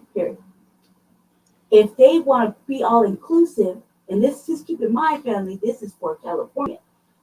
California is the trendsetter. Yep. Everyone will be picking up one of these if we haven't already. Yeah. Mm-hmm. Apparently here they're sleeping on it because Mayor Hancock thinks shouldn't have it. His views He thinks it's education. He thinks it's free education. You already get that if you just learn how to work that shit like somebody else. Everything that's there is it's stupid. I would say this though. Nobody who cannot trace their lineage back how it's written has a stake or even a voice in the claiming of it. Period. That's how I mean it. And even though in special cases or half the cases, almost all the cases, some people are mixed. Unless I don't know how that really works, and I would like to take that out of the equation, just keep it the way it is. Just because it causes more confusion, and then that means everybody and their mother could jump in on what is directly owed to the direct. That's why lineage. it can't be American descendants of slavery. It has to be foundational Black Americans. Yes. On that, because it's not only confusing like a motherfucker to people like myself, okay, who has to choose a side. I chose a side. We already know what side I'm on. The black it's side. It's confusing, and it will confuse the people giving out this money that is owed to the direct descendants, the direct lineage. You have blood, you figure it out. It can be traced, it's whatever. 70 cents. However it's done, I think it should got to be supported and help in any way. You shouldn't confuse what's already been dragging out for fucking a millennia. But what about all black people? Aren't all black people catching hell? Black. ultimately. No, I'll tell you about all black people. So look, the Hope other black people that can't trace their lineage back to the killing fields of the South, as you just stated, Right. I think those people can trace their lineage. They do have a claim. but it's not with the They have a U.S. claim, government. but it's not with the U.S. government. Their claim is with their native land. take it out. Wherever you came from, you faced, you're owed something. Yeah. Yeah. If you're Jamaican, you go talk Sure to the British. Jamaica. You go talk to those people over there. If Yeah. you're wherever you're from, you know, Yeah. you're Nigerian. You go talk to those people over there. There's a claim for y'all over Right. there. Right. Don't stick your nose Right. over here in our business, because what's gonna happen is you're gonna meet a lot of conflict. Yep. You see, because this is about our power, our freedom, and Mm-hmm. our justice. So That's we're gonna wonderful fight about tooth America. and nail, Yep. and the cost of that freedom is what? Death. Yeah. So we're gonna fight to the death. Yep. And it's not gonna be us dying. Exactly. You gonna die fucking with Mm-hmm. us. After that, I agree thoroughly. Yep. And also too, me being a mixture, whatever you want to call it, me being that way, I would have to say this: once you find out whatever, what you know, and you pick that side and whatever, this does not give you an immediate fucking active fucking claim or anything. Just because you figured it out, and you took the DNA test, you got a fucking whatever. It doesn't matter when you find out. You don't get to just jump in on an already created, already started fucking thing going on. Right. You don't get to talk. Let me find out something here. Do none of that. Go ahead. Just know that I would say, regardless of my lineage, it doesn't. Sis, I was late in the game. I tuned in late. I jumped out which the one of toilet. your parents? It's not fair to everybody Her else. daddy. My father, yeah. Hey sis, which It's one of not your parents my father. My father. is? Oh My, yeah, that is a strong claim for you. yes, but I feel like when only in discussing it has it been relevant for the whole year that it's been out in the Where your father from? California. And he's from Cali. Yeah, yeah. And So where's your mother from? we'll say California too. California. They both from Colorado. No, where's her people from? Her people from France. Yeah, Canada, France, European. So your dad's an FBA and your mom's French. Too much. Yeah. Basically. So you basically identify as whatever lineage your dad came from. Yep. Right. Right. Which I thought, in my defense, I thought that's how everybody went by. No, well, I feel like It depends. My father you would qualify. Yeah. You would qualify because of your dad. Right. Yep. Yeah, and that's the thing. But I feel like this too. I never had to talk about. I never had to talk about that part ever, really. And when I did, it was probably when I was younger or going to school or some bullshit. You know. But this last year, though, in the very beginning, how it was brought out, so derogatory, and lately I have to defend myself because of what platform I'm on, and it's something I kicked out all the way. And I feel confused. That's why I say it like that. It only adds confusion, even if you got a stake in it or you don't. It only adds confusion because then anybody who's light, mixed, whatever, can jump on and fucking drag out something that's already been drug out and it needs to be handled. And I feel I like think there's gonna be a limit, like to the mixed race. They probably ain't gonna get the same thing as the people that ain't mixed, but they gonna get something. And I agree with cash payments. Everybody else gets cash payments and land and whatnot. I believe you should get cash payments. It should not even be a discussion about what you invest. You give me my motherfucking cash, and I'll go buy the land with that. Exactly. Don't fucking. I don't want to fall for that dumbass land shit. That's a con game, man. That is a con game. Yeah. I believe I'm on the same alignment. I think the same way. I think that they just don't want you to have control of your own life, and they want you to spend right back with whatever bullshit they got going on. I can spend my money on whatever. If I want to go buy kilos and go work with the cartel, whatever the fuck I want to do with that money, that's gonna be my motherfucking business. Yep. That's not your job. You didn't tell those Jewish people, hey, what are you gonna do with the money? No. You didn't tell the Japanese what are they gonna do with the money. You didn't tell. You're gonna buy samurai swords and chop people. You know, you're gonna buy nunchucks. No, we didn't give a fuck what you was gonna do with it. We said, look, you owed that. Here you go. Yep. I'm glad Tariq Nasheed went in on him. I hope he went in on him. It sounds yeah, like he did. He did. I didn't hear the whole thing. I heard him talking about it. He went off. I think like this though. You know, they should count him as lucky. That panel is all mismatched and off-brand. They got an Asian dude on there too. I mean, he's not even black. There should not be an Asian dude. Yeah, there's nothing about us at all. There shouldn't be a white person on there. I'm gonna send you another video that we should play tonight, man. Because when you say that Asian people is speaking on your when I say your reparations, I'm referring to my darker, more melanated. Hold on, I'm gonna try to pull the video up of Tariq speaking at the hearing. That's what I feel is wrong. I feel it's wrong. It's very wrong. No, Asian. I'm gonna tell you what Asian people did to us recently. Not last year. Not 100 years ago. This is the harmful shit they just did. Yeah. I got the video. You know what's crazy is that they're always saying we doing this to them and they're doing it to us. It's all I can go so many you have it on? Are you on your phone or your computer? I'm on my phone right now. Okay. I'm in the same alignment as everybody think you did. Wait till you see it. I know you remember this. Yes, there's a bill. It's HB 31 something. I say we are not going to stop until white supremacist rule is completely. Support. Don't be no punk. Support. And where is that video? Like, oh yeah, okay. In this fight, I passed it.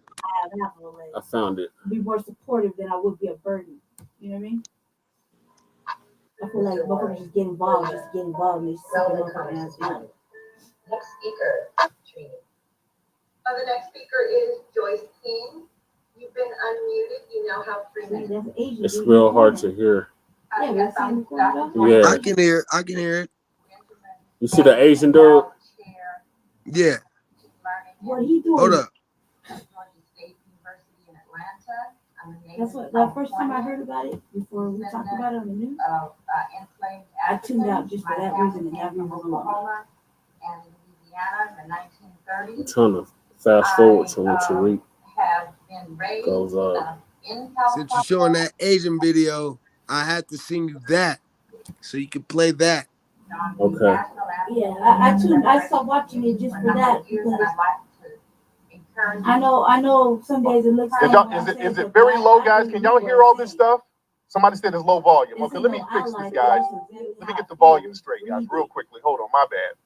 Somebody said the volume is low. Hold on 1 second. Let me get the volume. Yeah, that dude shouldn't be on there. Yeah, what the hell is he doing there? Let me get the volume straight for the family. Hold on. It should be all black, all FBA. All right. Let's try.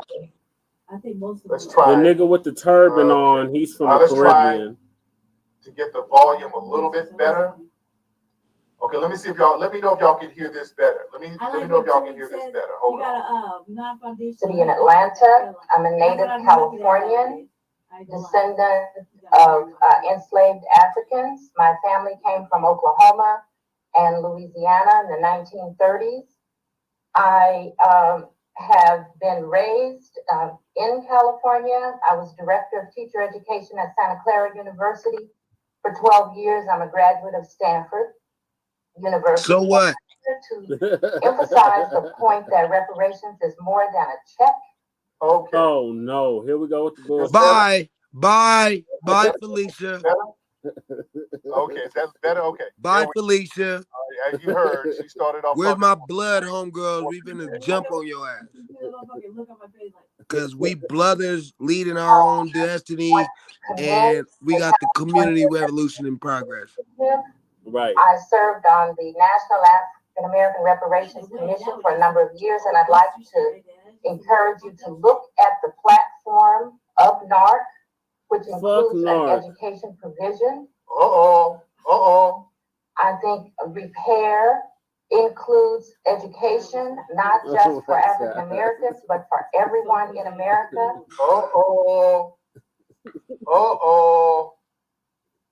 Everyone in America. Is that what she just said? She said every black person in America. Oh no. Nope. No. Did you catch that part of it? Here they go. Tell them, Flex. Here they go. Here they go. This is somebody from NARC.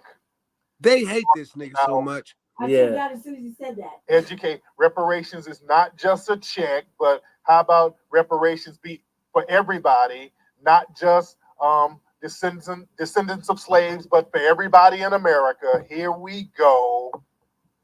Here we go. This is what they were talking about on this damn so-called task force reparations hearing. Here they go, ladies and gentlemen. Here they go. Like, brace yourself. All right. And it don't stop there. Here's some more people. Let y'all hear some more. Oh no. Please no. Please no. Watch these words that they're saying. Descendants of enslaved Africans. I'm not an enslaved African. Foundational Black American. Africans. We haven't been African for centuries. I'm a foundational Black American. We are different. Watch the way they word this stuff. Let them know. Watch the way they word it. It's a finesse, ladies and gentlemen. They're trying to come up with ways to include everybody, which will undermine us. It's going to undermine us. Yep. If you say, okay, we're going to let Black people be involved who were not enslaved or who are not from the descendants of those enslaved, then the Black Latinos are going to hop in, and then the white Latinos are going to hop. Then everybody's going to hop in. I'm telling you, that's going to be the finesse. They want us. They have to get us to co-sign this. All Black folks need to get. Yo, son, hey. That's why they have to co-sign. We cannot co-sign this. What about the point? Negro babble going on in these Nigga. So you want motherfuckers that call you Akata to have reparations. Yeah. Akata, you Akata baby daddy. They want us to repatriate to Ghana. Nigga, if you run around saying Akata, you damn sure shouldn't. Matter of fact, you should be deported. Right. If you say Akata, you need to get deported back to your village. Right. Where you shit on the side of the road and wipe your ass with leaves. I don't think they should even have an opinion on this. Personally. They shouldn't have an opinion. The only reason they have an opinion is if they're half I don't hate them, but I think they need to. I'm agreeable with the hold your own nuts concept. Yes. Yes. Yeah, I think the only technicality is probably the breeding after the fact, but I think it's too technical, and they need to just sit down. Like, just sit down. It's okay. Just sit down. Because it's gonna confuse the fucking already very. Did you get that video, son? Engagement. In my messenger. Yes, sir. I think they're just confusing them. I don't think we need to forget that. Yeah, I'll play it after this. I'm trying to. We can't forget about that. I'm trying that to find. Asian man was on the panel. Because Tariq goes off on this. Oh, he was going in, but I just wanted to throw that out there. Remember that Akata, those people that's calling you Akata is lining up for your money. The shit that you work for. And it negates everything. Now here's another guy from Cobra. This was yesterday. This is somebody from Cobra. Now listen to this guy talking about what reparations should be. Listen to this. Take a good look at. Listen to this. Hold on. And I'm a member of the West Coast in Cobra organization here in Oakland, California. I'm a retired social worker. My wife is a retired nurse. Our goal is to repatriate to Africa, to Ghana, and reparations will assist us in our goal to repatriate. And we advocate also for dual citizenship, for us to have citizenship here in America as well as in a Western, in a country in Africa. And I would like one of the panelists, someone. He might be. Okay. But he's on some bullshit. Oh, Lord. So this fool from Cobra is talking about reparations also includes us trying to repatriate to Ghana. Man, please. We just gonna pick Ghana like that, right? Yeah, reparations should also include helping us repatriate to some damn Ghana. We ain't trying to go to no Ghana. The hell we trying to leave the country for? No. Exactly. No. Mm-hmm. That's that Cobra. Mm-hmm. Cobra is a farce. Yep. Major farce. They've been on that.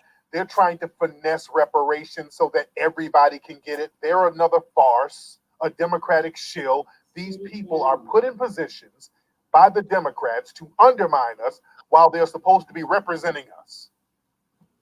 No. Watch these people. They don't want to. Just come out. I'm letting y'all know who some of these people are in these reparations conversations, spewing this absolute nonsense. Yeah. And then they start babbling incessantly, just going on and on and on. Now, I called up, they invited me on, and I brought some clarity, and I kept it real simple, and I kept it to the point. Let me play the clip where I was on there. Here we go. I just got right to the point with it, ladies and gentlemen. I got right to the point. Let's hear it, ladies and gentlemen. Let me find the big clip of it, the longer clip of it. That's funny how we all be saying the same shit they say. Hold on, let me find the long clip. Talk black to me. Real quick. Talk black. Right. I think that too. Like that's, let me that's find the at least long. we're following and we're saying the same shit. Whether they say it's like word regurg or whatever. At least we're on the same message. Yeah. Where am I? The message is real. Yes, it is. It's real. I'll take it back. I'm not apologizing. And I don't have that. Where are you at? Play the long clip of it. Now, this is me. I'm calling in, trying to bring some clarity to this thing. And watch the nigga with the turban. This is me calling up, trying to bring clarity to it. Hold on 1 second. Hold on. Javon Lewis, watch him. 3 minutes. I'm already ready to slap that nigga. Greetings. How's everybody doing? Can you hear me clearly? Yes. Okay. I appreciate everyone for talking about the reparations qualifications. We have to make this very simple. Reparations are exclusively for foundational Black Americans who were enslaved here in America. The reparations claim should go directly to people who are owed the 40 acres and a mule and their descendants. We have to stop muddying the waters when it comes to such a very important claim like this. We should not open the doors to giving reparations to everybody based on mistreatment, as one caller said earlier, because that will muddy the waters and we'll be right back to square one. Foundational Black Americans exclusively should get reparations. It should be in the form of cash payments, and it's not that difficult to find out who is a foundational Black American and who's qualified. If your lineage can be traced back to the 1870 census and your name is Negro on that census, you are a foundational Black American. And as our brother Sandy Darity said, people now who qualify must be classified as Black for at least 10 years, so we don't have a whole bunch of $5 FBAs popping up claiming to be descendants of slaves and foundational Black Americans. We have to make this cash payments. Every other group is getting cash payments. The Democrats just allotted about $10 million to Asian groups a few days ago. They're allotting money to Afghan refugees. They're allotting money to Hispanic refugees. So all of these other groups are getting cash payments. There's no confusion. The confusion comes when it comes to us. All of a sudden, the waters are muddy. Somebody was in here talking about repatriation to Ghana.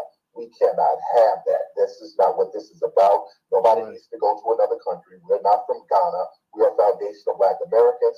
This is a nation that foundational Black Americans built, and we need to be compensated for what we built because we have the legacy of anti-Black racism that has disenfranchised us economically, so we need to be repaired economically. Thank you very much, ladies and gentlemen. My brother.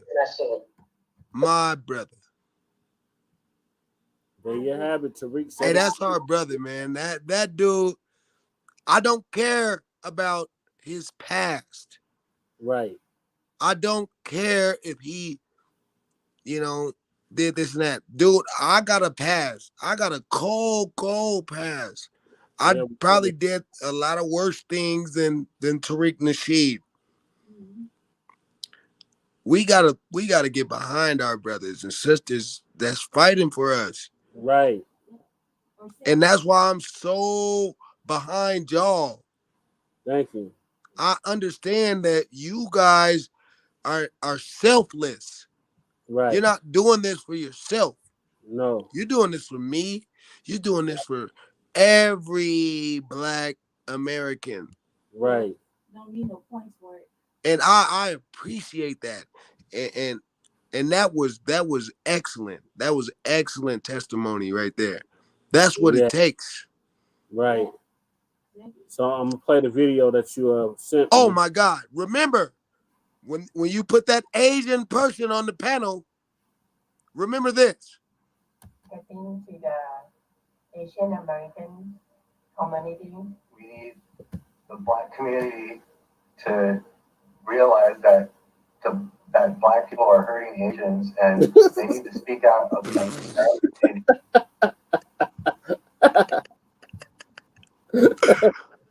I thought that's what it was, but I wasn't sure. Oh my God, man! Let's never forget that. Let's never forget they did that to us. Stand behind that. They really gonna stand behind that. Like, that's gonna be your fight. How many Black people that you know in history in the history of ever have targeted Asians because they're Asian? No, if that was the case, nobody ever in the whole state of whatever ever got their hair. And that motherfucker has the nerve to be sitting on a goddamn Black reparation panel. Yeah. What the hell? Would you? Oh God. Would you see a Black person on a Vietnamese reparations panel? We weren't on their panel to get them any kind of resources and speak for them. And then look at this bell winch and shit. Oh my God. That picture there, man. That started a whole bunch of arguments in my house, and it had all I don't know why that would start an argument. That shit had me having some tough mental health issues after looking at that. But that's what they consider a man nowadays. Oh my God. I don't even, man, that is horrible. Look at that. She's holding on to this white zaddy's ankle, looking like a goddamn slave, saying, please, white master, please, zaddy. Please. Oh my God. Yeah, I promise. Stop it, guys. Like that. She's hanging on to his little crusty pink knee. Now he got how high his socks are, man. Those are actually jeans you got from the store. They cut off your shit, hot shit about just like cutting. He's been molesting that dog for 7 years. I'm gonna paint the garage, and bitch, you gonna paint with me. He got his pinky finger in that dog's pussy. Redemption ex-con looking motherfucker. Oh my God. That's what they look like when they wear Shawshank Redemption jeans. They got the jean jacket and the jean shorts. He's got his pinky in that dog's pussy. Yeah. His head is as pink as the dog's pussy. That dog is ready to get him out of there. Yeah. That dog's been ready. He don't even look at the ground because they don't respect it. Let's check out the one on the ladder, though. Oh my God. The ladder. Oh my God. I didn't even pay attention to that. Real questionable. Oh my God. That is terrible, man. What is this? Stop crying. Gather yourself, woman. We gotta stop this, man. Yeah, you gotta put some empowerment in these people. I've never seen nothing like that. That is some of the worst shit I've seen on the internet. Like an asshole. I would never hold the ladder for him. After seeing that, I want to log off the internet forever. I'm like looking at him like, why are you walking up the ladder like you're gonna shit yourself? That is horrible, man. Why you got your socks so high? Oh my Why God. are you still button sleeves, man? Like, I just got so many questions. You think that's gonna happen? We saw the first pictures. Harriet Tubman would smoke that lady. Right. Anybody now in Park Hill would do that. Right. That lady get drugged and then talk to for an hour now. Harriet Tubman told me that she want to fade with that lady right now. I done got prayed on a couple times. Can you be blue to my jeans? Yeah, oh my God. Hey, that lady right there, Vanessa Marie, she blocked me. She a hater. She blocked me. She blocked me because I went in on her. Yeah. For posting that. I can dig it. You was right. That right. Whatever you said, you just right. I'm just gonna go off of that. I don't even need to know. We just gonna say that it's right. I told her it was horrible, disgusting slave play. Yep, that's exactly what it is. You didn't even have to justify it. I was just gonna go on the general principle that in my spirit. And she told me that she's unfriending me for my negative energy, and that's obviously true love. And I'm willing to bet you she's definitely single, looking to mingle with a white zaddy near you. And if I was any brother and I saw that, I would, as a good brother, I would go ahead and say, don't date that. And unfortunately, she'll probably be in the trunk of some zaddy's car next year. Yep. You fucking it all up, man. Oh my God. He's fucking it all up. Okay, so we got 3 more days. Just take it down one notch. Just one more time. Just for the bottom picture, please. The bottom picture got me wondering. And honestly, that's not all that bad of a looking sister. She's not that bad of a looking sister. She can pull a nigga if she get her shit together. Right. This is gonna be another 48 hours. Get off that zaddy's ankle. Right.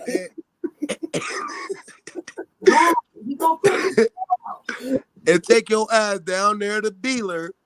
Right. And get one of them niggas that's smoking one of them Biden base pipes. You better stop. Get him clean and get yourself together. You know I'm down here, right? Because you on the same level as a nigga with a Biden base pipe. You know I'm down here, right? You know she stay in North Aurora. I'm down here, right in that. That lady there? No. Me. Brandy. Seduction doll. Yeah. Yeah. I know what you're saying, but you know I'm down here, right? I hear you. You're probably right. I'm down here, though. Young lady. Before I move to Commerce City, I'm going to keep it 1,000. I had to go back to that element. I had to go out there on them blocks, do a little hustling to get myself to Commerce City. Yeah. I used to live on 14th and Lima. Oh, yeah, you were in the thick of it. Yeah. Do you understand me? Yep. I had that thing jumping like I used to live on 16th in Paris. We had it popping. I even indulged in myself. I had some substance abuse issues at that time. I was going through it. I had some substance abuse issues at that time. I gotta be 1,000 with it, man. I don't have nothing to hide. I'm all over there. But I'm right there. Like when I go cruise different, that's where I'm. But I got myself up after there. But at the same time, without getting off topic, that is horrible. That has got to be the most horrible picture you've seen all month. Yep. The one on the bottom is my favorite. We just saw Professor Truth go in about this girl. Yeah. Butt naked with her zaddy. Yeah. And then I logged on the next day and saw this. I was so pissed. That shit made me extremely mad, man. Like, oh my God, that I can't take that. I can't take it. We laughing about it now, but I wasn't laughing at all. I was so mad. Like, what the fuck is this? Well, she's in love with her zaddy. Shut up, man. Shit ain't funny. We laughing, but that shit is not funny, man. No. She could have got her a roly-poly or something, man. Come on, man. Golly. Well, roly-poly like to pop his bussy, so. She can put a strap on and hit Rolly.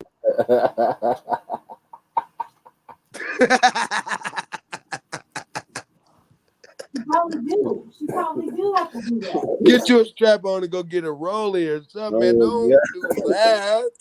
She probably do that. Rolly's into that. Hit him on Twitter. Oh my God, he'll block you. I'd rather not. He's not gonna block that. He gonna block no strap on of his pussy. I don't have any of that. Man. Over there. I don't have none of that. I wasn't trying to put a strap on him. I didn't want none of that, so he blocked me.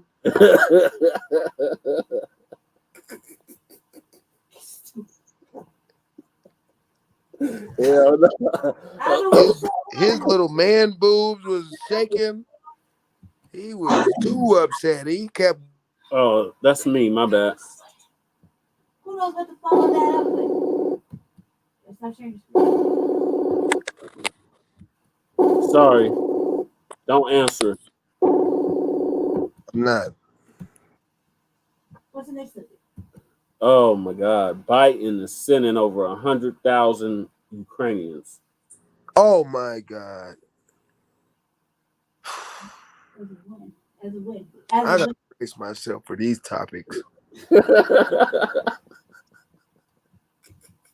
Now you're talking about Biden and his Nazi Ukrainians. Okay. Where are you Biden supporters at? We're still waiting on you. Where the hell are y'all at? Because this is your boy who's doing this shit. I want them to come out when the gas prices go really, really fucking through the roof. And fuck the gas prices. What happens when some of these Ukrainian refugees become police officers out here in America? Oh fuck, we're done. Your ass is shot and dead. Yep. I didn't even think about that. Thank you. I didn't even think about that. So this is from NBC News.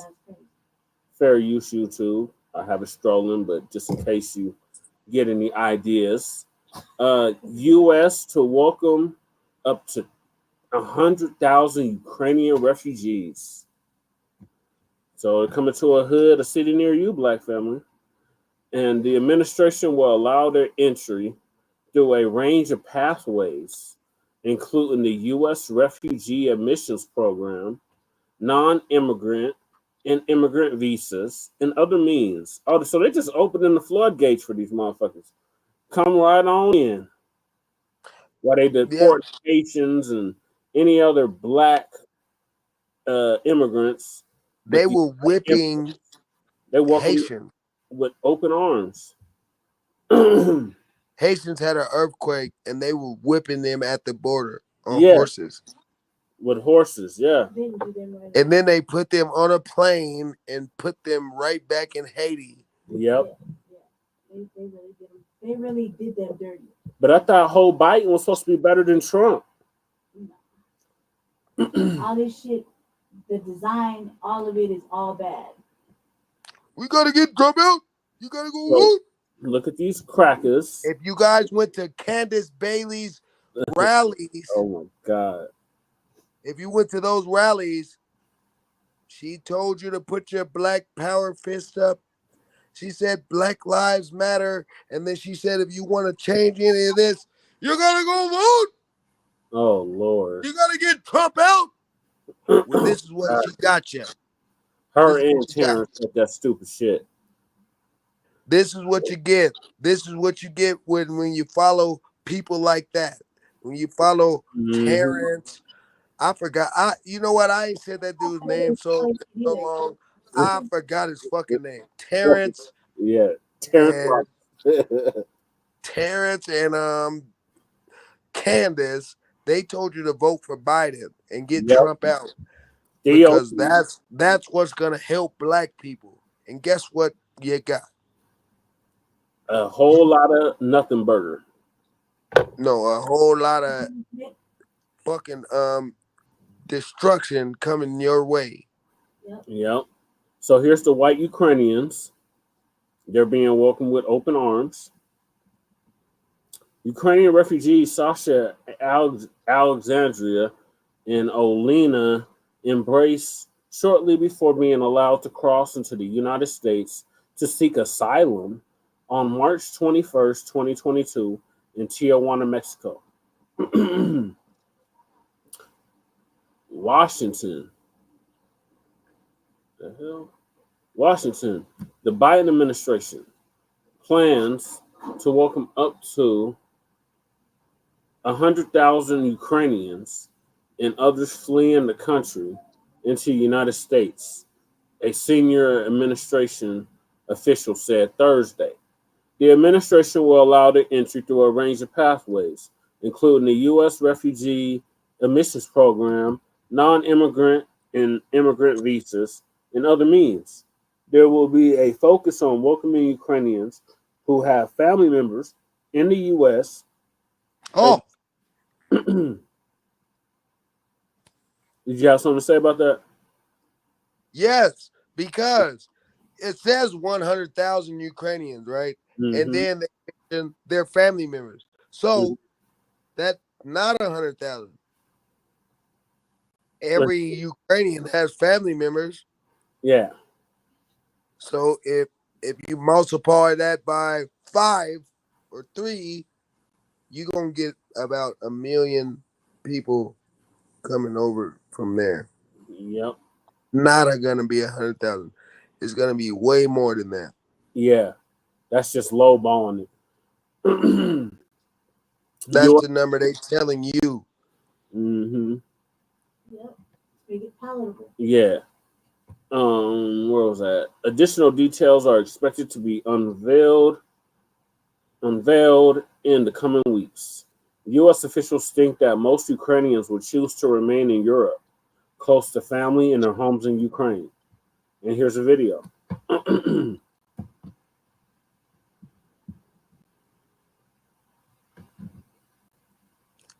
World leaders are stepping in to help Ukrainian refugees fleeing the horrors of the Russian invasion, but neighboring countries say they're also feeling the pressure as the steady flow of people crossing their borders continues to grow. More than 2 million refugees have already made their way to Poland. That's where President Biden is expected to discuss the humanitarian crisis unfolding across Eastern Europe following that extraordinary NATO summit. But officials in Poland say cities like Warsaw are stretched thin. Housing is becoming scarce and hospitals have reached capacity. NBC News senior national correspondent Jay Gray is on the road right now between the border and Warsaw. Jay, good morning to you. What are you expecting to see when you get to Warsaw? How do you think that's going to compare with some of the cities you've been reporting from on the border? Yeah, I think it'll be a much different scenario, Joe. Good to talk to you this morning. I think we'll see more organization. The border towns are small and they're overrun by hundreds of thousands a week trying to get from Ukraine into parts of Poland like Warsaw. So we know that they've been stretched to their limits and that it's going to be very difficult for more people to stay permanently, but they do have setups where people can come and get a couple of nights rest and move on. I want to show you just for a second. We can't pretend to know what these families feel as they're making this escape from war into Poland, but we can at least show you what they're seeing on this trip.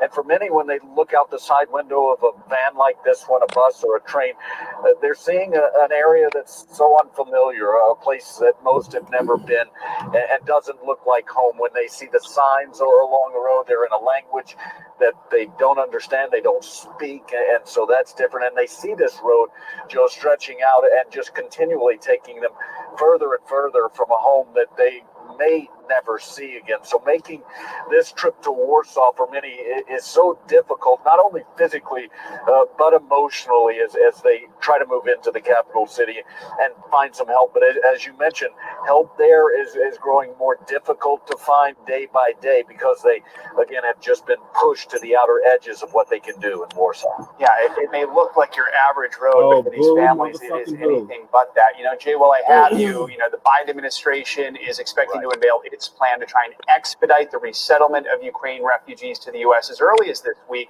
White House National Security Advisor Jake Sullivan had this to say about that. Yeah.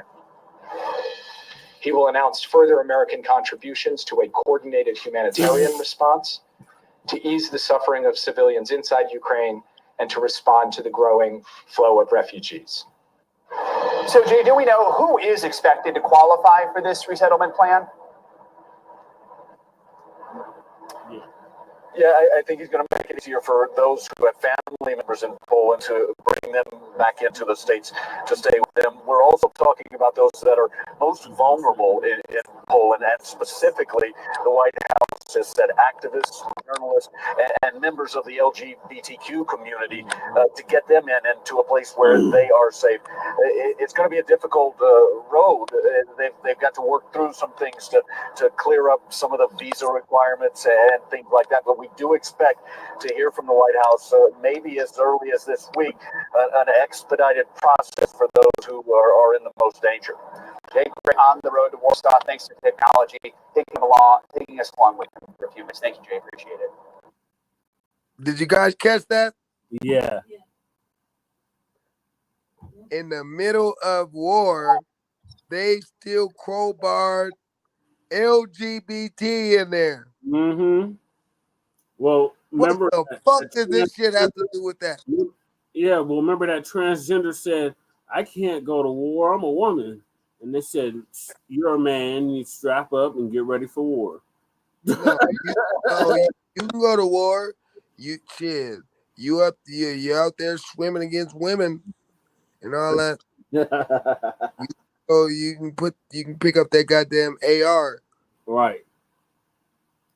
And go get at them Russians that's getting ready to blow your fucking top off. Right. So the article goes on to read, the administration has been under scrutiny because many refugees, including those coming from Ukraine, have been prevented from entering the U.S.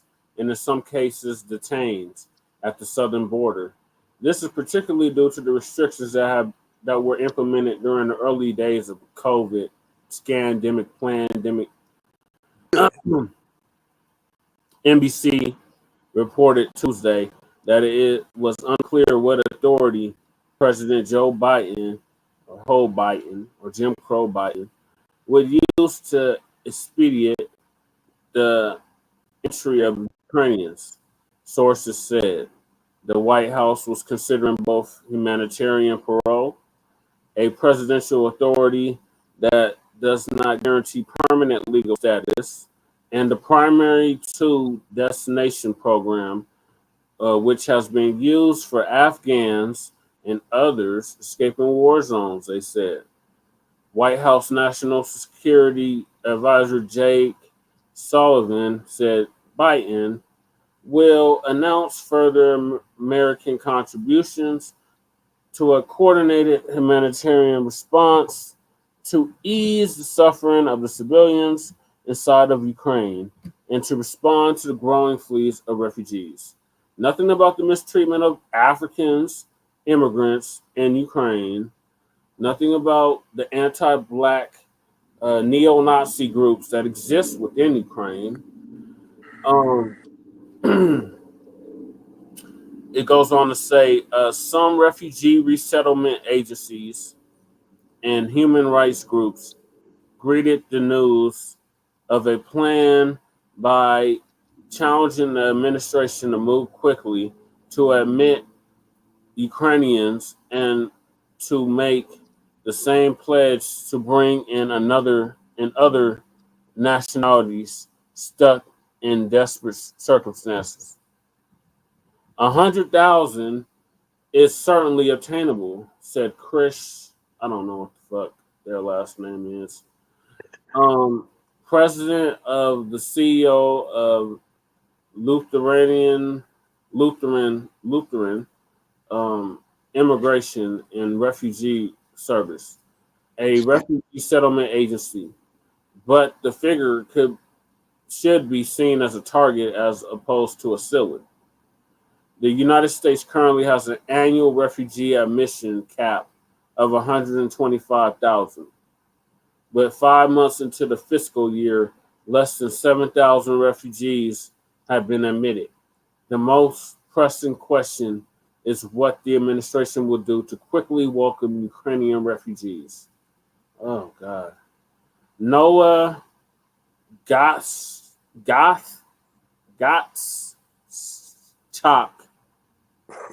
global policy led by Oxfam America, said, this pledge is a good first step toward protecting Ukrainians in need, but given the administration's inexplicably slow process at resettling other refugees who in many cases have been waiting years to find safety, the U.S. must now move swiftly to uphold this commitment by welcoming in Ukrainians and everyone seeking safety in our country.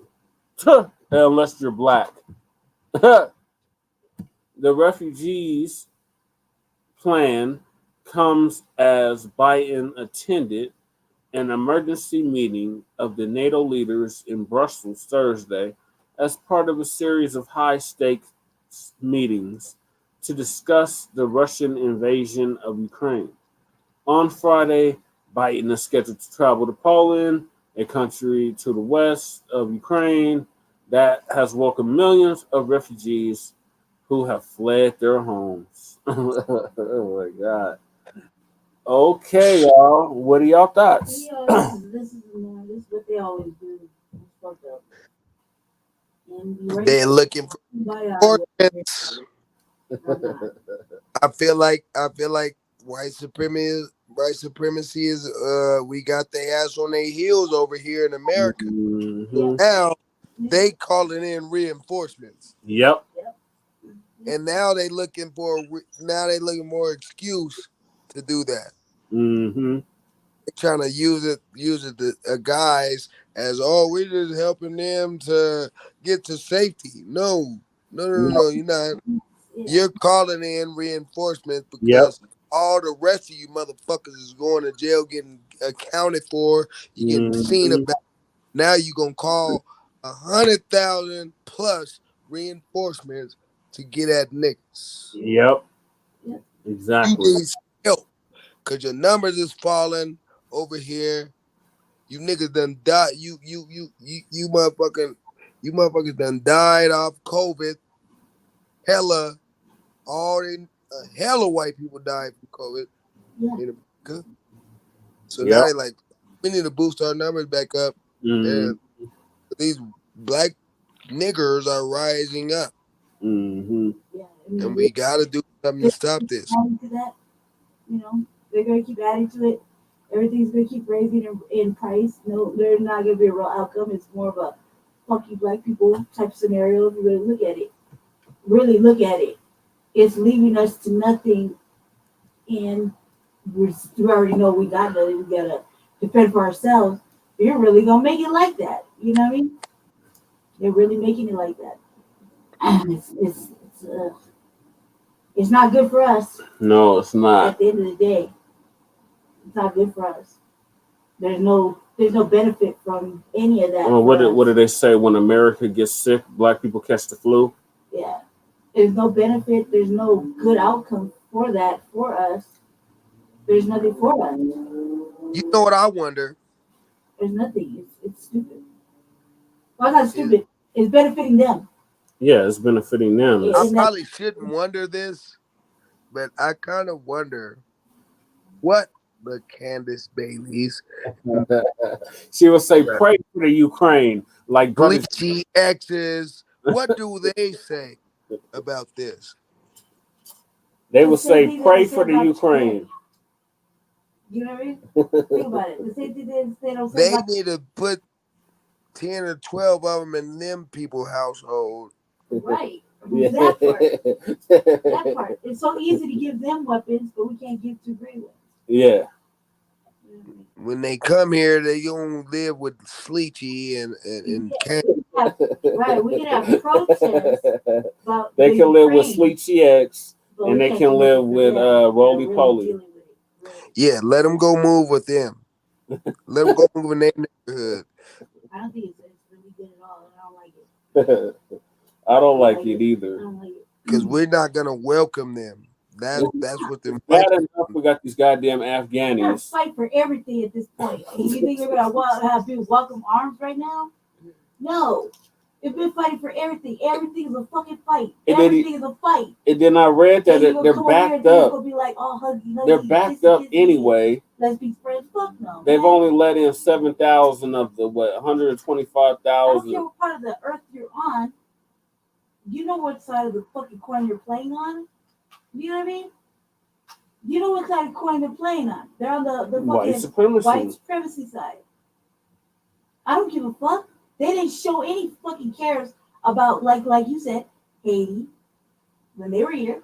Nobody gave a goddamn. I don't understand why we're even on board with this conversation. We should not even give a goddamn about what the fuck they got going on over there.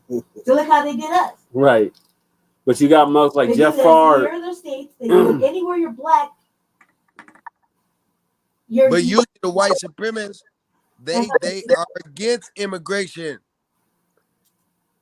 Any other time they against immigration. Except when no. They want us to go back to being sleeping and whatever sounds appetizable. They want us to go. They want us to hang on and linger and push their narrative. It's like Dr. Claude Anderson told us. They want us to go from being second-class citizens, denizens, to third class, and they're bringing in all these buffer classes. We're way past third class, boy. Where they want us to go extinct. Yeah, we're in extinction mode.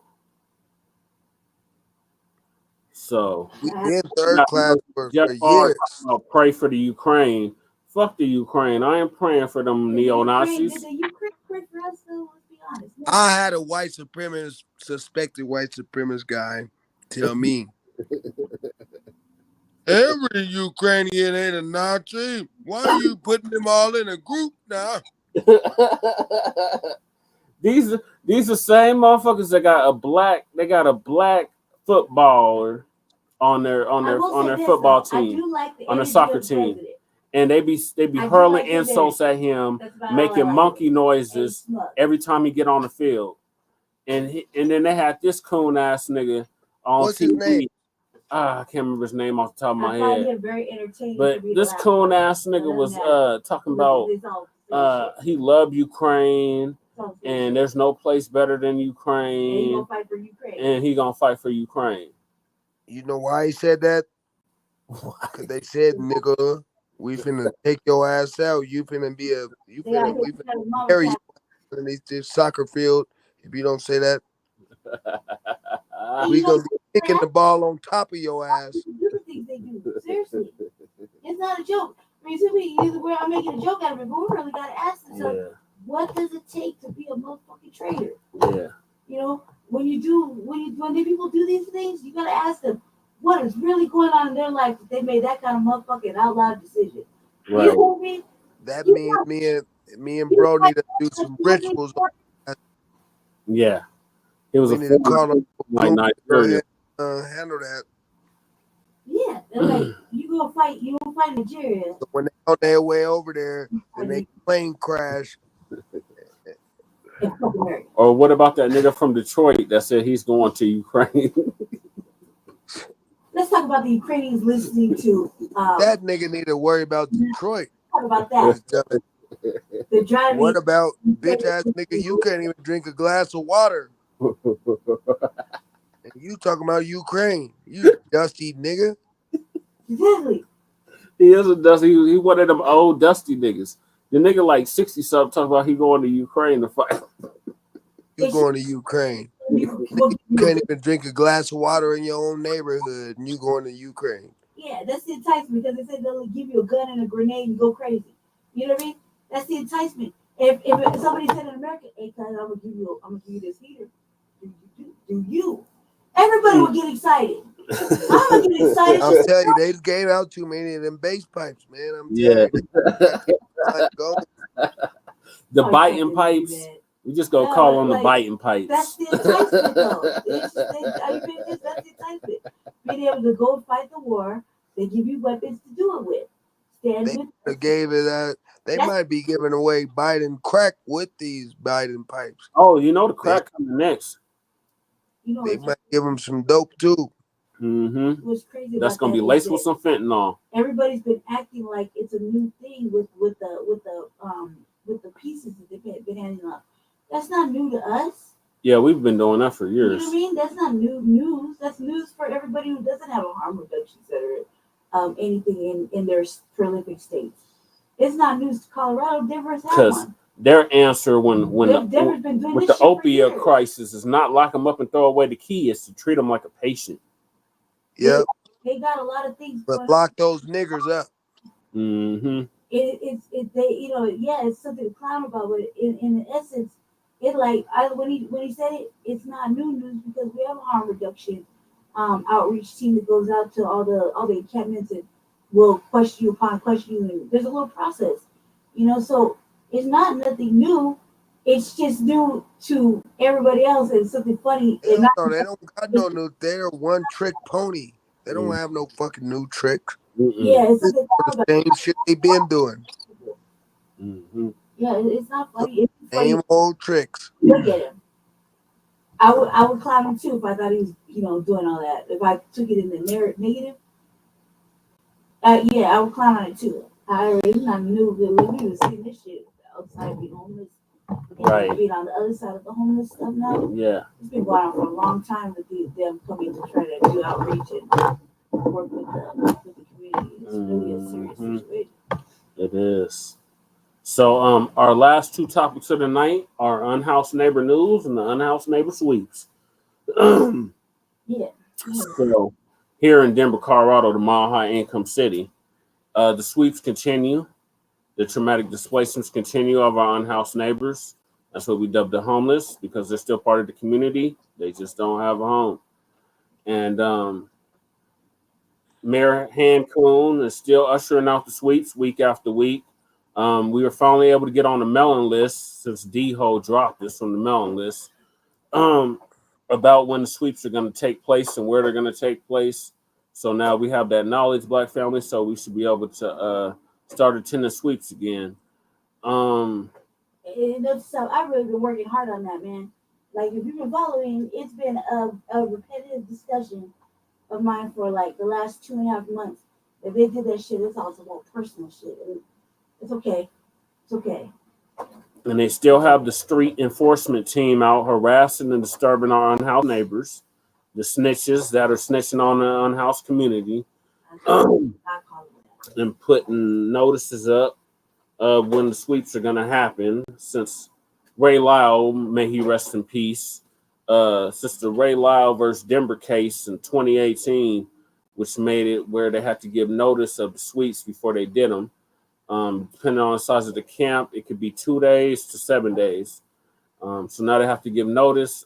Thanks to Ray Lyle, he just passed away I was just at one of his remembrance ceremonies earlier today, and Mayor Michael Hancoon is still sweeping people like trash. Along with the Unhoused neighbor news, the city of Aurora, which Lady Che can shed light on, is in the process of passing an urban camping ban. Now, Denver's had an urban camping ban for the past 10 years. It's a failed policy. It's not getting nobody off the streets. It's making the situation dramatically worse than what it already was. And it's illegal for you to lay down, cover yourself with anything besides your own clothing in the city and county of Denver. You could be arrested, ticketed, or harassed just for covering yourself with a tent, a tarp, a sleeping bag. Anything besides your own clothing is deemed illegal in the city and county of Denver. And now Arapahoe County, Adams County, surrounding counties want to pass similar ordinances. So, Lady Che? Yeah, I think that, first of all, Aurora City Council got a little bit lengthier of general comment, public comment. However, they're so fucking disorganized. And it's a long period of time to sit on phone waiting just to speak to them about this camping ban, which is a failure. If you watch Denver fail, what makes you think you weren't going to fail? Right. You know what I mean? That Aurora don't even have any shelters really. Comitis. Shelter used to be, yeah. I mean, I remember a time when Comitis was just a youth shelter, a runaway shelter. Now it's so much more with a lottery. You know what I mean? They don't have the same amount of resources or established service providers like shelters and whatnot. However, they make a quality pellet house. And I think that's where this has been, you know, from the whole idea of the illegal building and creating, everybody looks at the SOS camps as a success. I think, you know, from just looking at the structural builds of all of that, I would have to say that their version of a pallet house is probably the best. And it comes with a cooler in the window or the wall bag. It looks like it's meant for severe weather stuff, you know, severe structure like wind, tornado, rain, things like that people should start looking at. You know, I think that it's better. I think there's a lot of ground to move around with that. Aurora also has more space and more abandoned areas that people are using. They may just be collecting money on it, but they ain't using it, like parking lots, old tore down shit that they ain't finished tearing down. You know, there's a lot of openness, a lot of wiggle room that I don't think they're really tapping into and using. That be true. I also think too that the creature, like, I wish you knew how to figure that how to find out when they're doing it. I cruise around the neighborhood, right? And right where I'm at, the homeless, they're not as bad. I would say did this look like Denver? No. I'd say they figured out a way to put themselves up. And I feel like it's entrapment when you go all out your way to seek them. Mm-hmm. You know, I can see if it's right in front of you. But I haven't really noticed that in this section where it's being right out in front of everybody. You know what I mean? I think that it's at night, like sundown hours. They kind of like shuffle around a little bit. I don't see it over here from where I'm at to, like, say Peoria. We'll just say Peoria, right? And further depends, right? I wouldn't say I see it as much as you would see it down in Denver. I'd also say, because I'm cruising around from Peoria and Colfax to like 225, to the light rail thing. Yeah, to the R line. I would say it was minimal for me to see it. I see more building construction workers than I do anything. And when I start to see them, it's like 2 here, 1 there, under the bridges and stuff too. I didn't really think that it was like, I've seen it. So my gauging is a little different on how actual people would see homelessness. My gauging is this is like 15 counties. I think these are over like 2, if that. You know what I mean? And my gauge is a whole lot different. I think that when the police go looking for them, they're actively going real deep to look for them. They're not like out in the open to where you can just notice. Like if you went down our usual spots, you know what I mean? They're right there. Some of them are. They used to be right there anyway. They kind of like blocked all that shit off. You would see that. This is more like you kind of look around. You know, you kind of lurk and go around this other block to come up on this backside type shit. You know, I feel like that's targeted and dangerous, very dangerous. Because you know anything about Aurora PD? That's a dangerous thing. Yeah, they killed Elijah McClain. That's dangerous for the unhoused. There's a lot of dangers over here in Aurora that the unhoused face that you wouldn't think is shit down in downtown in that area. They'd be like, oh, that ain't nothing. There's a lot of shit they ain't ready for over here because there's a lot of different types of danger. You know, and I think it's targeted more so than anything. I got this weird little feeling about it for the last couple of months that when they go and find them, if I can't see you on the street, I have to look for you when I'm on the light rail. Mm-hmm. That's the only way I can figure out where they are nowadays. I take a ride on the light rail. Yep. You know, not everybody can go block to block. I only got a radius of how many blocks I wanted to go through. But on the light rail, you see where they are. And even then, you got to figure out how to get back over there if you get off the stop. Mm-hmm. I got like 2 stops I want to explore. I want Right. to know how to navigate that because it's been like slowly gentrifying Aurora. Yeah. That part right there. I kind of studied. Did you hear that? Yeah. I felt sad in my heart right there. That was emotional. I feel like it's a little bit more dangerous. I think too, they didn't learn shit. When they approved it and they're approving it, it's a matter of when. The fact that they're going to do it, that's just the way it is. I feel like Kaufman, he was a fucking fraudulent Boy Scout. He should have got stomped out just for coming up in a camp like that. And then lying, or who cares? But telling somebody's business. You know what I mean? He's an operative. He's bad. Fuck him. He can push this. If you got 2 active council members in the same council saying that he's a lie, I would go off of that. They're pretty ballsy in Aurora over here. Yeah. Yeah. You talking about Juan McConnell and Crystal Murillo? Yeah. Your councilwoman? Yeah. Yeah. I mean, I don't mind saying that I live in a bad area. This is where they put me, and I'm familiar with it. I don't care. I think it's probably better I'm over here some days. You know what I mean? And not for how lower taxes. Yeah. That there's so much that needs to be concerned about that they don't need to concern themselves with, that the community can take care of. Right. You know what I mean? They can't take care of it because all they really represent is the fucking abuse and killing and whatnot, but also too they only protect property. Mm-hmm. And they have no active care or concern for anybody over here.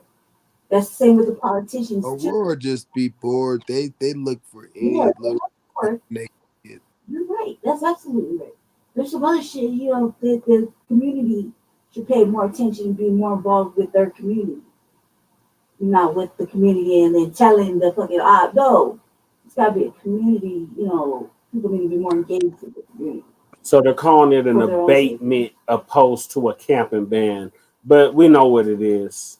It's a camping ban. It's a camping ban. And it's coming to Aurora. I had a glimmer of hope, family. I'm not gonna lie. I thought they were changing the amendments right after I spoke one day. And I had a glimmer they were gonna hear me out. And that glimmer fucking turned to exactly what it always turns into. That first hearing was a mug.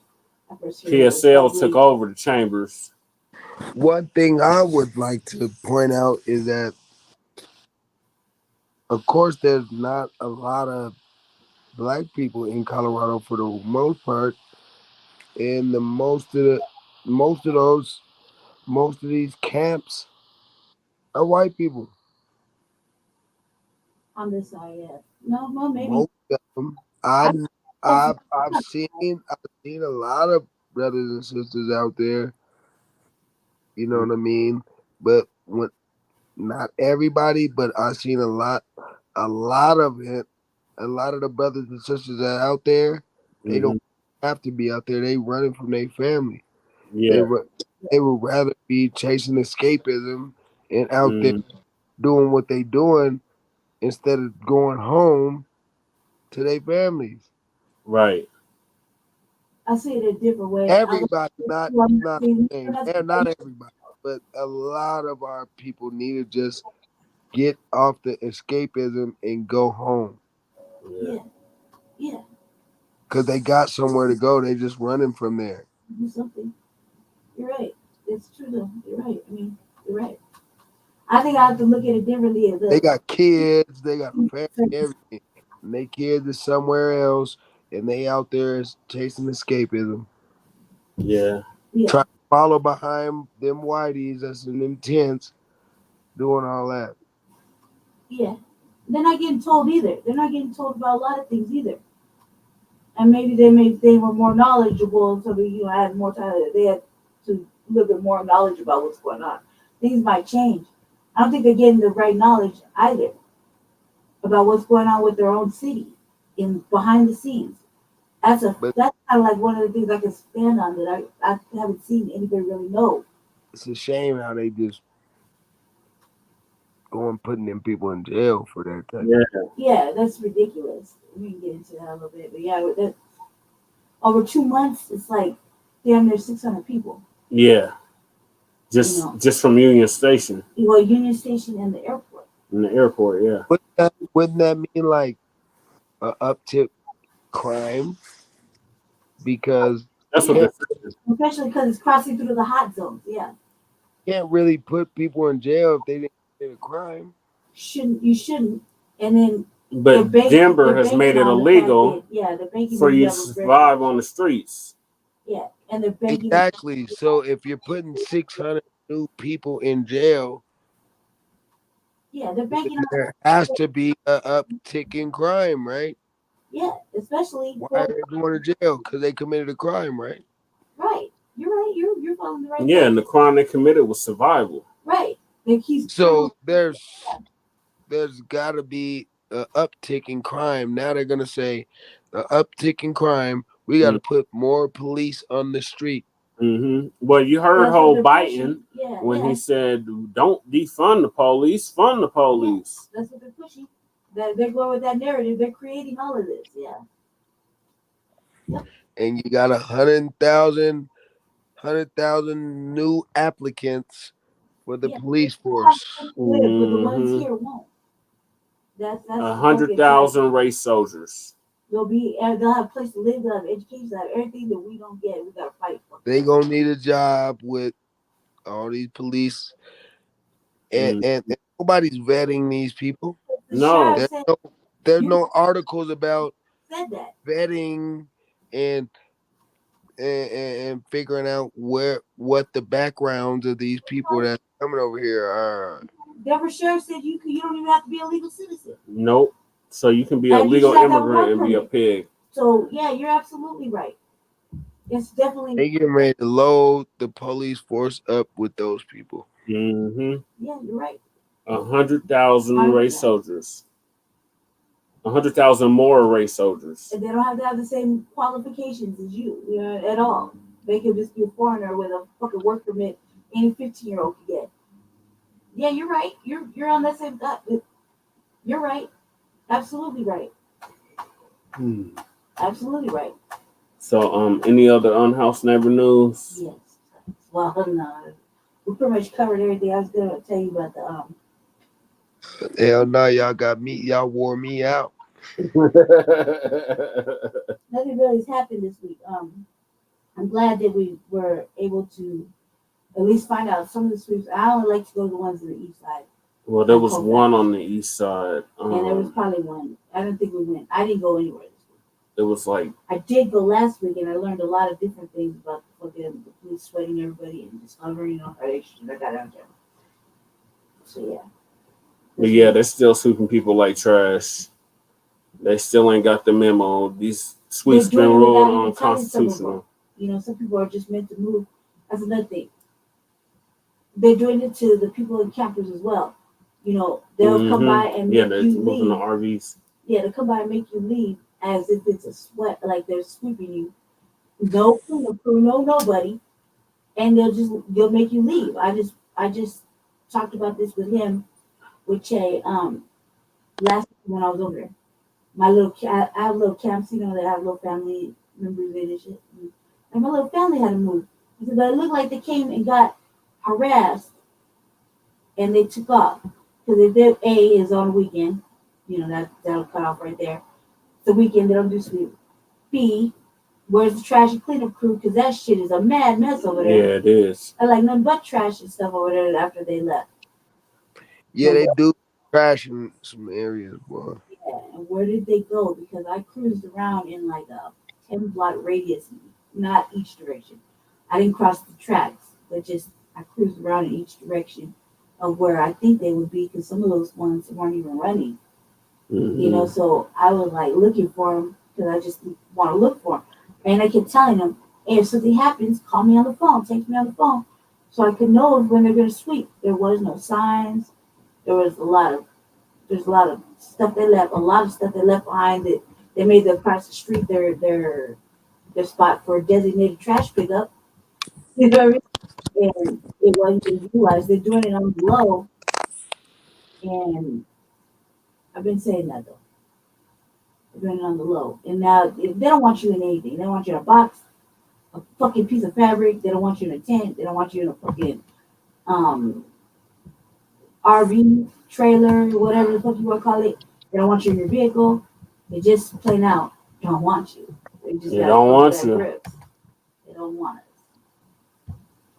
So make sure y'all check out our Cookies. You got anything you want to share before we close out the show? I just want to tell everybody to check out Frontline News, man. Black Stay News. tapped in. Stay tapped in to Frontline News. Stay tapped in to Frontline Black News. The Frontline Black News. I apologize. And stay tapped into all the black media. I didn't check out Jason Black's we're gonna new look at that after this broadcast tonight, but I probably am gonna go to sleep to it tonight. Yes. You hear me? Mm-hmm. I love everyone here. Yeah. Tonight. I don't know how many people are watching tonight. And if you're gonna watch the playback, go ahead and be sure to drop a comment. Yeah. Drop some feedback. Mm-hmm. Go ahead and like the video. If you like what you're hearing, go ahead and testify. We need that. And share that on your social media. Share that social medias. And you know what I'm saying? Keep this shit moving. Keep that thing moving. And if you got something to say, you want to do something, start yours. Start your podcast. We're gonna tap into you. Right. Yeah? In the meantime, that's what I wanted to say. We'll tap in. Tag us. Yeah. We'll see what you're talking about. Make sure y'all check out. And also, you guys look forward to me going live Wednesday. Okay. Wednesday the 6th. I'll be at the Capitol, Denver Capitol. We got legislation on the books against the vaccine. They're not gonna. We trying to make sure that they're not able to fire you or not hire you because you ain't get the shot. Right. Yeah. Or the juice. Or whatever you. And my birthday is on the 1st. Yep. Next Saturday. All right. Next Friday. Next Friday. That's all I wanted to say. All right. Cool. Thank you, Cookeezy. Make sure y'all check out Cookeezy on YouTube. This brother is MC, and he spits the truth. So make sure y'all check him out on YouTube, Cookeezy on YouTube. Like and subscribe. And fuck buying too. Yeah. And make sure y'all donate to the Cash App. Yes. It's scrolling at the bottom of the screen. And we will be back next week with the brand. I'm gonna get to that.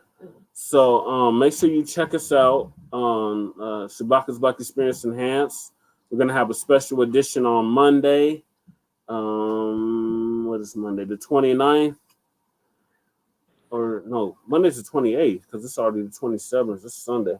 So tomorrow make sure you check us out on Shabaka's Black Experience Enhanced. We're going to be discussing our unhoused neighbor crisis here in Denver. And please call in with your comments, questions, and concerns. And we're still waiting on you Biden supporters. You've been asked to call every single show, and y'all have not called. So we're going to demand that you call again. And the number is 516-418-5996. And press Say it again. I'm gonna have a scroll at the bottom. The call-in number is 516-418-5996. And press 1 and you'll be added to the queue. And then make sure you check us out on Thursdays for the Revolutionary Agenda. Oh yeah, I'm trying to be more consistent with that. Things are starting to wind down a little bit. I made a new flyer for my shit. I'm working on it. I'm trying new different type of topics. If you are available Monday through Thursday, make sure you check out Outlaw Radio. Kevin Barnes and crew. They're out of Milwaukee, and they be spitting some hot truth and hot knowledge. Kurt, do you have any plugs you want to plug? Yes, sincere love to God. Sincere, tap in the Sincere Love to God podcast. Yeah. I forget what it's called. Sincere Love to God on Instagram. You'll find them. Okay. And tap into Vicky Dillon. Yes. Our sister who's in Colorado doing the same thing, going hard in the paint on all the white supremacists. Talk black to me. Yes. Hey, y'all better keep talking black to me. I appreciate y'all, you know what I'm saying, for having me. Yes, sir. It's always a pleasure to have you on, Kurt. Yep. And thank you for coming. This has been. I will have a podcast soon. I'll probably use StreamYard too. Okay. Well, let us know. So I like to have my shit perfected, so I don't want to start it just on the fly type shit. Yeah. I want to be the anchor man of somebody's shit. Well, I mean, Frontline Black News started off on Facebook Messenger, so yeah. I'm using Facebook Live for now, but I'm blocked on my main channel. Oh yeah, that's right. You're in Facebook jail. They got me in jail right now, so I got a whole new channel. I got a whole new Facebook page that I'll be going live on that, but I'm not going to even start my channel until I can go back live again. Yeah. On regular page. And I'll try to use the StreamYard link on that page to try to divert folks over there. Yeah, and demand them Biden supporters call in. They gotta call. They gotta call. They gotta tell me exactly why they're still doing the boot licking. Right. And they gotta tell me what the boots taste like. With the biscuits, what the butter biscuits taste like. What kind of melted butter did they get? Yeah, but I enjoyed this. We've been on here like 3 hours, man. Yep. So thank y'all for tuning in to season 2, episode 3 of the Frontline Black News. We'll be back next week with a brand new episode. Peace, love, light, and Black empowerment. Peace, peace, peace.